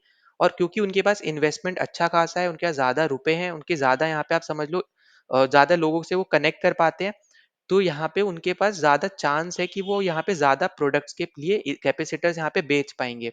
वहीं पे अगर हम इनकी बात करते हैं, क्योंकि इनके अंडर सिर्फ और सिर्फ 20 ही लोग काम कर रहे हैं, तो इनके पास बहुत कम चांसेस है कि वो ज्यादा कंपनीज के साथ इवॉल्व कर पाए, ज्यादा से ज्यादा बड़ा प्रोडक्ट, मतलब ज्यादा से ज्यादा बड़े प्रोडक्ट में या फिर बड़े सेल्स यहाँ पे कर पाए। ठीक है, अपनी चीजों का हायर क्वालिटी क्वांटिटी में अगर यहाँ पे प्रोड्यूस करना हो, तो वो भी इनके लिए यहाँ पे मुश्किल होने वाला है। तो ये सब देखते हुए यहाँ पे अब यहाँ पे क्या हो रहा है कि बड़ी कंपनीज की वजह से इनको बहुत ज्यादा दिक्कतें फेस करनी पड़ी, जिसमें प्रेजेंट टाइम में ये यहाँ पे सिर्फ 7 वर्कर्स अब इनके अंडर है, क्योंकि इन्होंने बाकी 13 को यहाँ पे ऑब्वियस सी बात है अब इनको हटाना पड़ेगा, क्योंकि अब इनकी खुद की सैलरी इतनी ज्यादा यहाँ पे इंक्रीज नहीं हो रही है। और यहाँ पे ये सिर्फ और सिर्फ अब सिर्फ हाफ, जो इतना पहले यहाँ पे कैपेसिटर प्रोड्यूस कर रहे थे, अब सिर्फ यहाँ पे हाफ कर रहे हैं। क्योंकि अब यहाँ पे इनसे जल्दी से जल्दी कोई लेना नहीं चाह रहा है। ठीक है, क्योंकि ज्यादा से ज्यादा इनको क्वालिटी में क्वांटिटी में चाहिए कंपनीज को, तो वो अब यहाँ पे जो मेन प्लेयर्स आ गए हैं मार्केट में, अब उनसे वो ले रही है। तो स्मॉल प्रोड्यूसर जो है यहाँ पे उनको बहुत ज्यादा यहाँ पे नुकसान फेस करना पड़ रहा है। ठीक। फिर इसके बाद अगर हम यहाँ पे आगे बात करते हैं तो यहाँ पे आपको कुछ इंडस्ट्रीज दे रखे हैं, इनके एग्जांपल दे रखे हैं बेसिकली यहाँ पे। तो ये भी आपके यहाँ पे कुछ ऐसी इंडस्ट्रीज है जिनके स्मॉल जो प्रोड्यूसर्स हैं उनको बहुत ज्यादा यहाँ पे नुकसान फेस करना पड़ा है एग्रीकल्चर फील्ड को भी मिला के, अगर आप यहाँ पे देखते हो तो। ठीक है। तो ये सब आपको यहाँ पे देखने को मिलेगा। टॉयज तो आपका प्रायर एग्जाम्पल है, ये तो आपको अभी हमने ऊपर ही देखा था। ठीक है। फिर अगर हम यहाँ पे नेक्स्ट में बात करते हैं तो अब यहाँ पे देखो आपको बता रखा है वर्कर्स के बारे में। तो अभी मैं आपको ऑलरेडी ये चीज बता चुका हूँ यहाँ पे कि क्योंकि आपकी यहाँ पे जैसे एग्जांपल ले लेते हैं हम लोग यहाँ पे, जो स्टोरी में आपको यहाँ पे समझा रखा है। जैसे मान लो कोई एक आपकी एक एमएनसी है जो अमेरिकन बेस्ड एमएनसी है, ठीक है, अमेरिकन बेस्ड है, अमेरिकन ओरिजिन की है। उसने यहाँ पे साइन करी डील एक लोकल इंडियन कंपनी के साथ। तो ऑब्वियस सी बात है कि लोकल इंडियन कंपनी पे तो आपके लेबर्स ही रहने वाले हैं, है ना। तो अब यहाँ पे क्या हो रहा है कि मान के चलो यहाँ पे कि उसने यहाँ पे जो इनकम दी है, ठीक है, जो भी यहाँ पे एमएनसी ने जो चाहती है कि यहाँ पे प्रोड्यूस हो, जैसे यहाँ पे आपको दिख रहा होगा क्लोथ्स यहाँ पे प्रोड्यूस हो रहा है, मतलब गारमेंट्स इंडस्ट्री का यहाँ पे केस है। तो यहाँ पे क्या हो रहा है कि जो आपकी लोकल कंपनी है, मान लो अगर वो यहाँ पे $100 के रॉ मटेरियल खरीद रही है, ठीक है, ये एग्जाम्पल भी आपको पहले भी दे चुका हूँ। और यहाँ पे मान लो इसके अंदर 20 लेबर इसके अंडर काम करते हैं इस कंपनी में। ठीक। तो अब यहाँ पे क्या होगा, मान लो अगर इनको शॉर्टेज होती है ना यहाँ पे करेंसी की, रुपए की, यहाँ पे प्रोड्यूस करने के लिए चीजों को, तो यहाँ पे रॉ मटेरियल्स में खर्च नहीं कर सकते हैं। मतलब रॉ मटेरियल्स को तो उनको उतना ही लेना है क्योंकि वो प्रोड्यूस करना ही है उनको, जो उनके पास ऑर्डर आया है। तो इनको यहाँ पे कटौती किस में करनी पड़ेगी, वो इनको करनी पड़ेगी यहाँ पे लेबर्स में। तो अब ये यहाँ पे क्या करेंगे, कॉस्ट कट करेंगे यहाँ पे लेबर्स की। ठीक है, लेबर्स कॉस्ट कट करेंगे, या तो उनको कम सैलरी देंगे, पहली चीज यहाँ पे ये हो सकती है। दूसरा यहाँ पे हो सकता है कि कुछ लेबर्स को यहाँ पे ये ले ऑफ कर देंगे। ठीक है, 50 वर्कर्स की जगह अब यहाँ पे हो सकता है 30 के साथ काम करे, 20 के साथ काम करे, 35 के साथ काम करे, ये सब। ठीक है, तो यही सब आपको यहाँ पे दे रखा है। तो इसलिए यहाँ पे बोला जा रहा है कि वर्कर्स की जो जॉब है वो अब यहाँ पे सिक्योर नहीं है। ठीक है, क्योंकि अब यहाँ पे जब भी एमएनसी चाहेगी या लोकल कंपनी चाहेगी तो अपनी फ्लेक्सिबिलिटी के हिसाब से शॉर्टर पीरियड ऑफ टाइम के लिए वो वर्कर्स को हायर कर सकती है और उसके बाद कभी भी उनको यहाँ पे हटा सकती है। ठीक है, तो यही बस आपको एग्जाम्पल दे रखा है पूरे केस में। फिर यहाँ पे आगे बात करते हैं, ये भी आपको वही ऊपर वही सेम चीज बोली जा रही है। ठीक है, फिर अब नेक्स्ट चीज आ जाती है the struggle for a fair globalisation. अब देखो फेयर ग्लोबलाइजेशन मतलब क्या है, जैसे अभी हमने ऊपर देखा कि ग्लोबलाइजेशन की हेल्प से कंज्यूमर को फायदा हो रहा है, एमएनसी को फायदा हो रहा है। ठीक है, पर यहाँ पे जो वर्कर्स हैं उनको यहाँ पे फायदा नहीं हो रहा, लोकल कंपनीज को भी फायदा हो रहा है, पर जो वर्कर्स है जो यहाँ पे मेनली काम कर रहे हैं, जो चीज बना रहे हैं, जो प्रोड्यूस कर रहे हैं, उनको यहाँ पे फायदा नहीं हो रहा। तो अब वो चीज कैसे कर सकते हैं, फेयर फेयर ग्लोबलाइजेशन लाने से।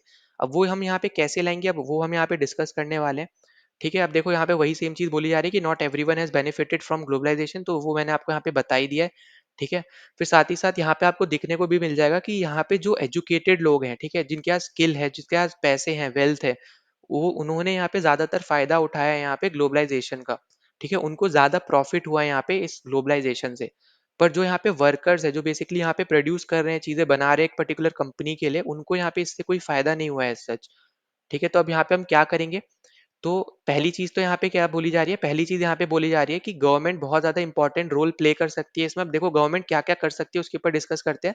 तो पहली चीज है आपकी यहाँ पे पॉलिसी। ठीक है, तो गवर्नमेंट की पॉलिसीज आपकी ऐसी होनी चाहिए जिसकी मदद से यहाँ पे वर्कर्स को भी जॉब सिक्योरिटी यहाँ पे मिले, और जिसका प्राइम एग्जाम्पल आप यहाँ पे देख पाओगे लेबर लॉज का। ठीक है, जहाँ पे लेबर के रिलेटेड लॉज आपके यहाँ पे बनते हैं जिसको हर एक कंपनी को फॉलो करना ही पड़ता है। ठीक है, फिर दूसरा आपका यहाँ पे आ जाएगा जो लेबर्स लॉ मैंने आपको बताया। फिर तीसरा आपका आ जाएगा यहाँ पे सपोर्ट स्मॉल प्रोड्यूसर्स। अब कुछ पॉलिसीज आपकी ऐसी आनी चाहिए जिसकी मदद से यहाँ पे आप स्मॉल स्मॉल जो आपके प्रोड्यूसर्स है, जैसे अभी हमने ऊपर एक केस पढ़ा था यहाँ पे रवि का, तो ऐसे प्रोड्यूसर जो आपके बहुत ज्यादा छोटे क्वांटिटी में है, वो आपको उनकी हेल्प करनी है, ऐसी कुछ पॉलिसीज आपको यहाँ पे बनानी पड़ेगी।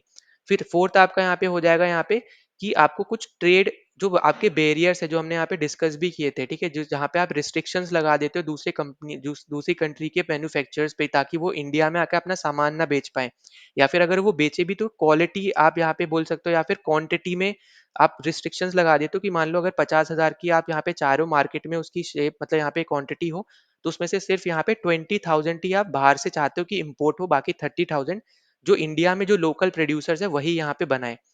तो अब इस केस में यहाँ पे आप क्या करोगे, यहाँ पे आप इंप्रूव कर सकते हो कंडीशन ट्रेड बैरियर्स लगा के, ठीक है, टैक्स लगा के, इम्पोर्ट टैक्स लगा के, ये सब लगा के।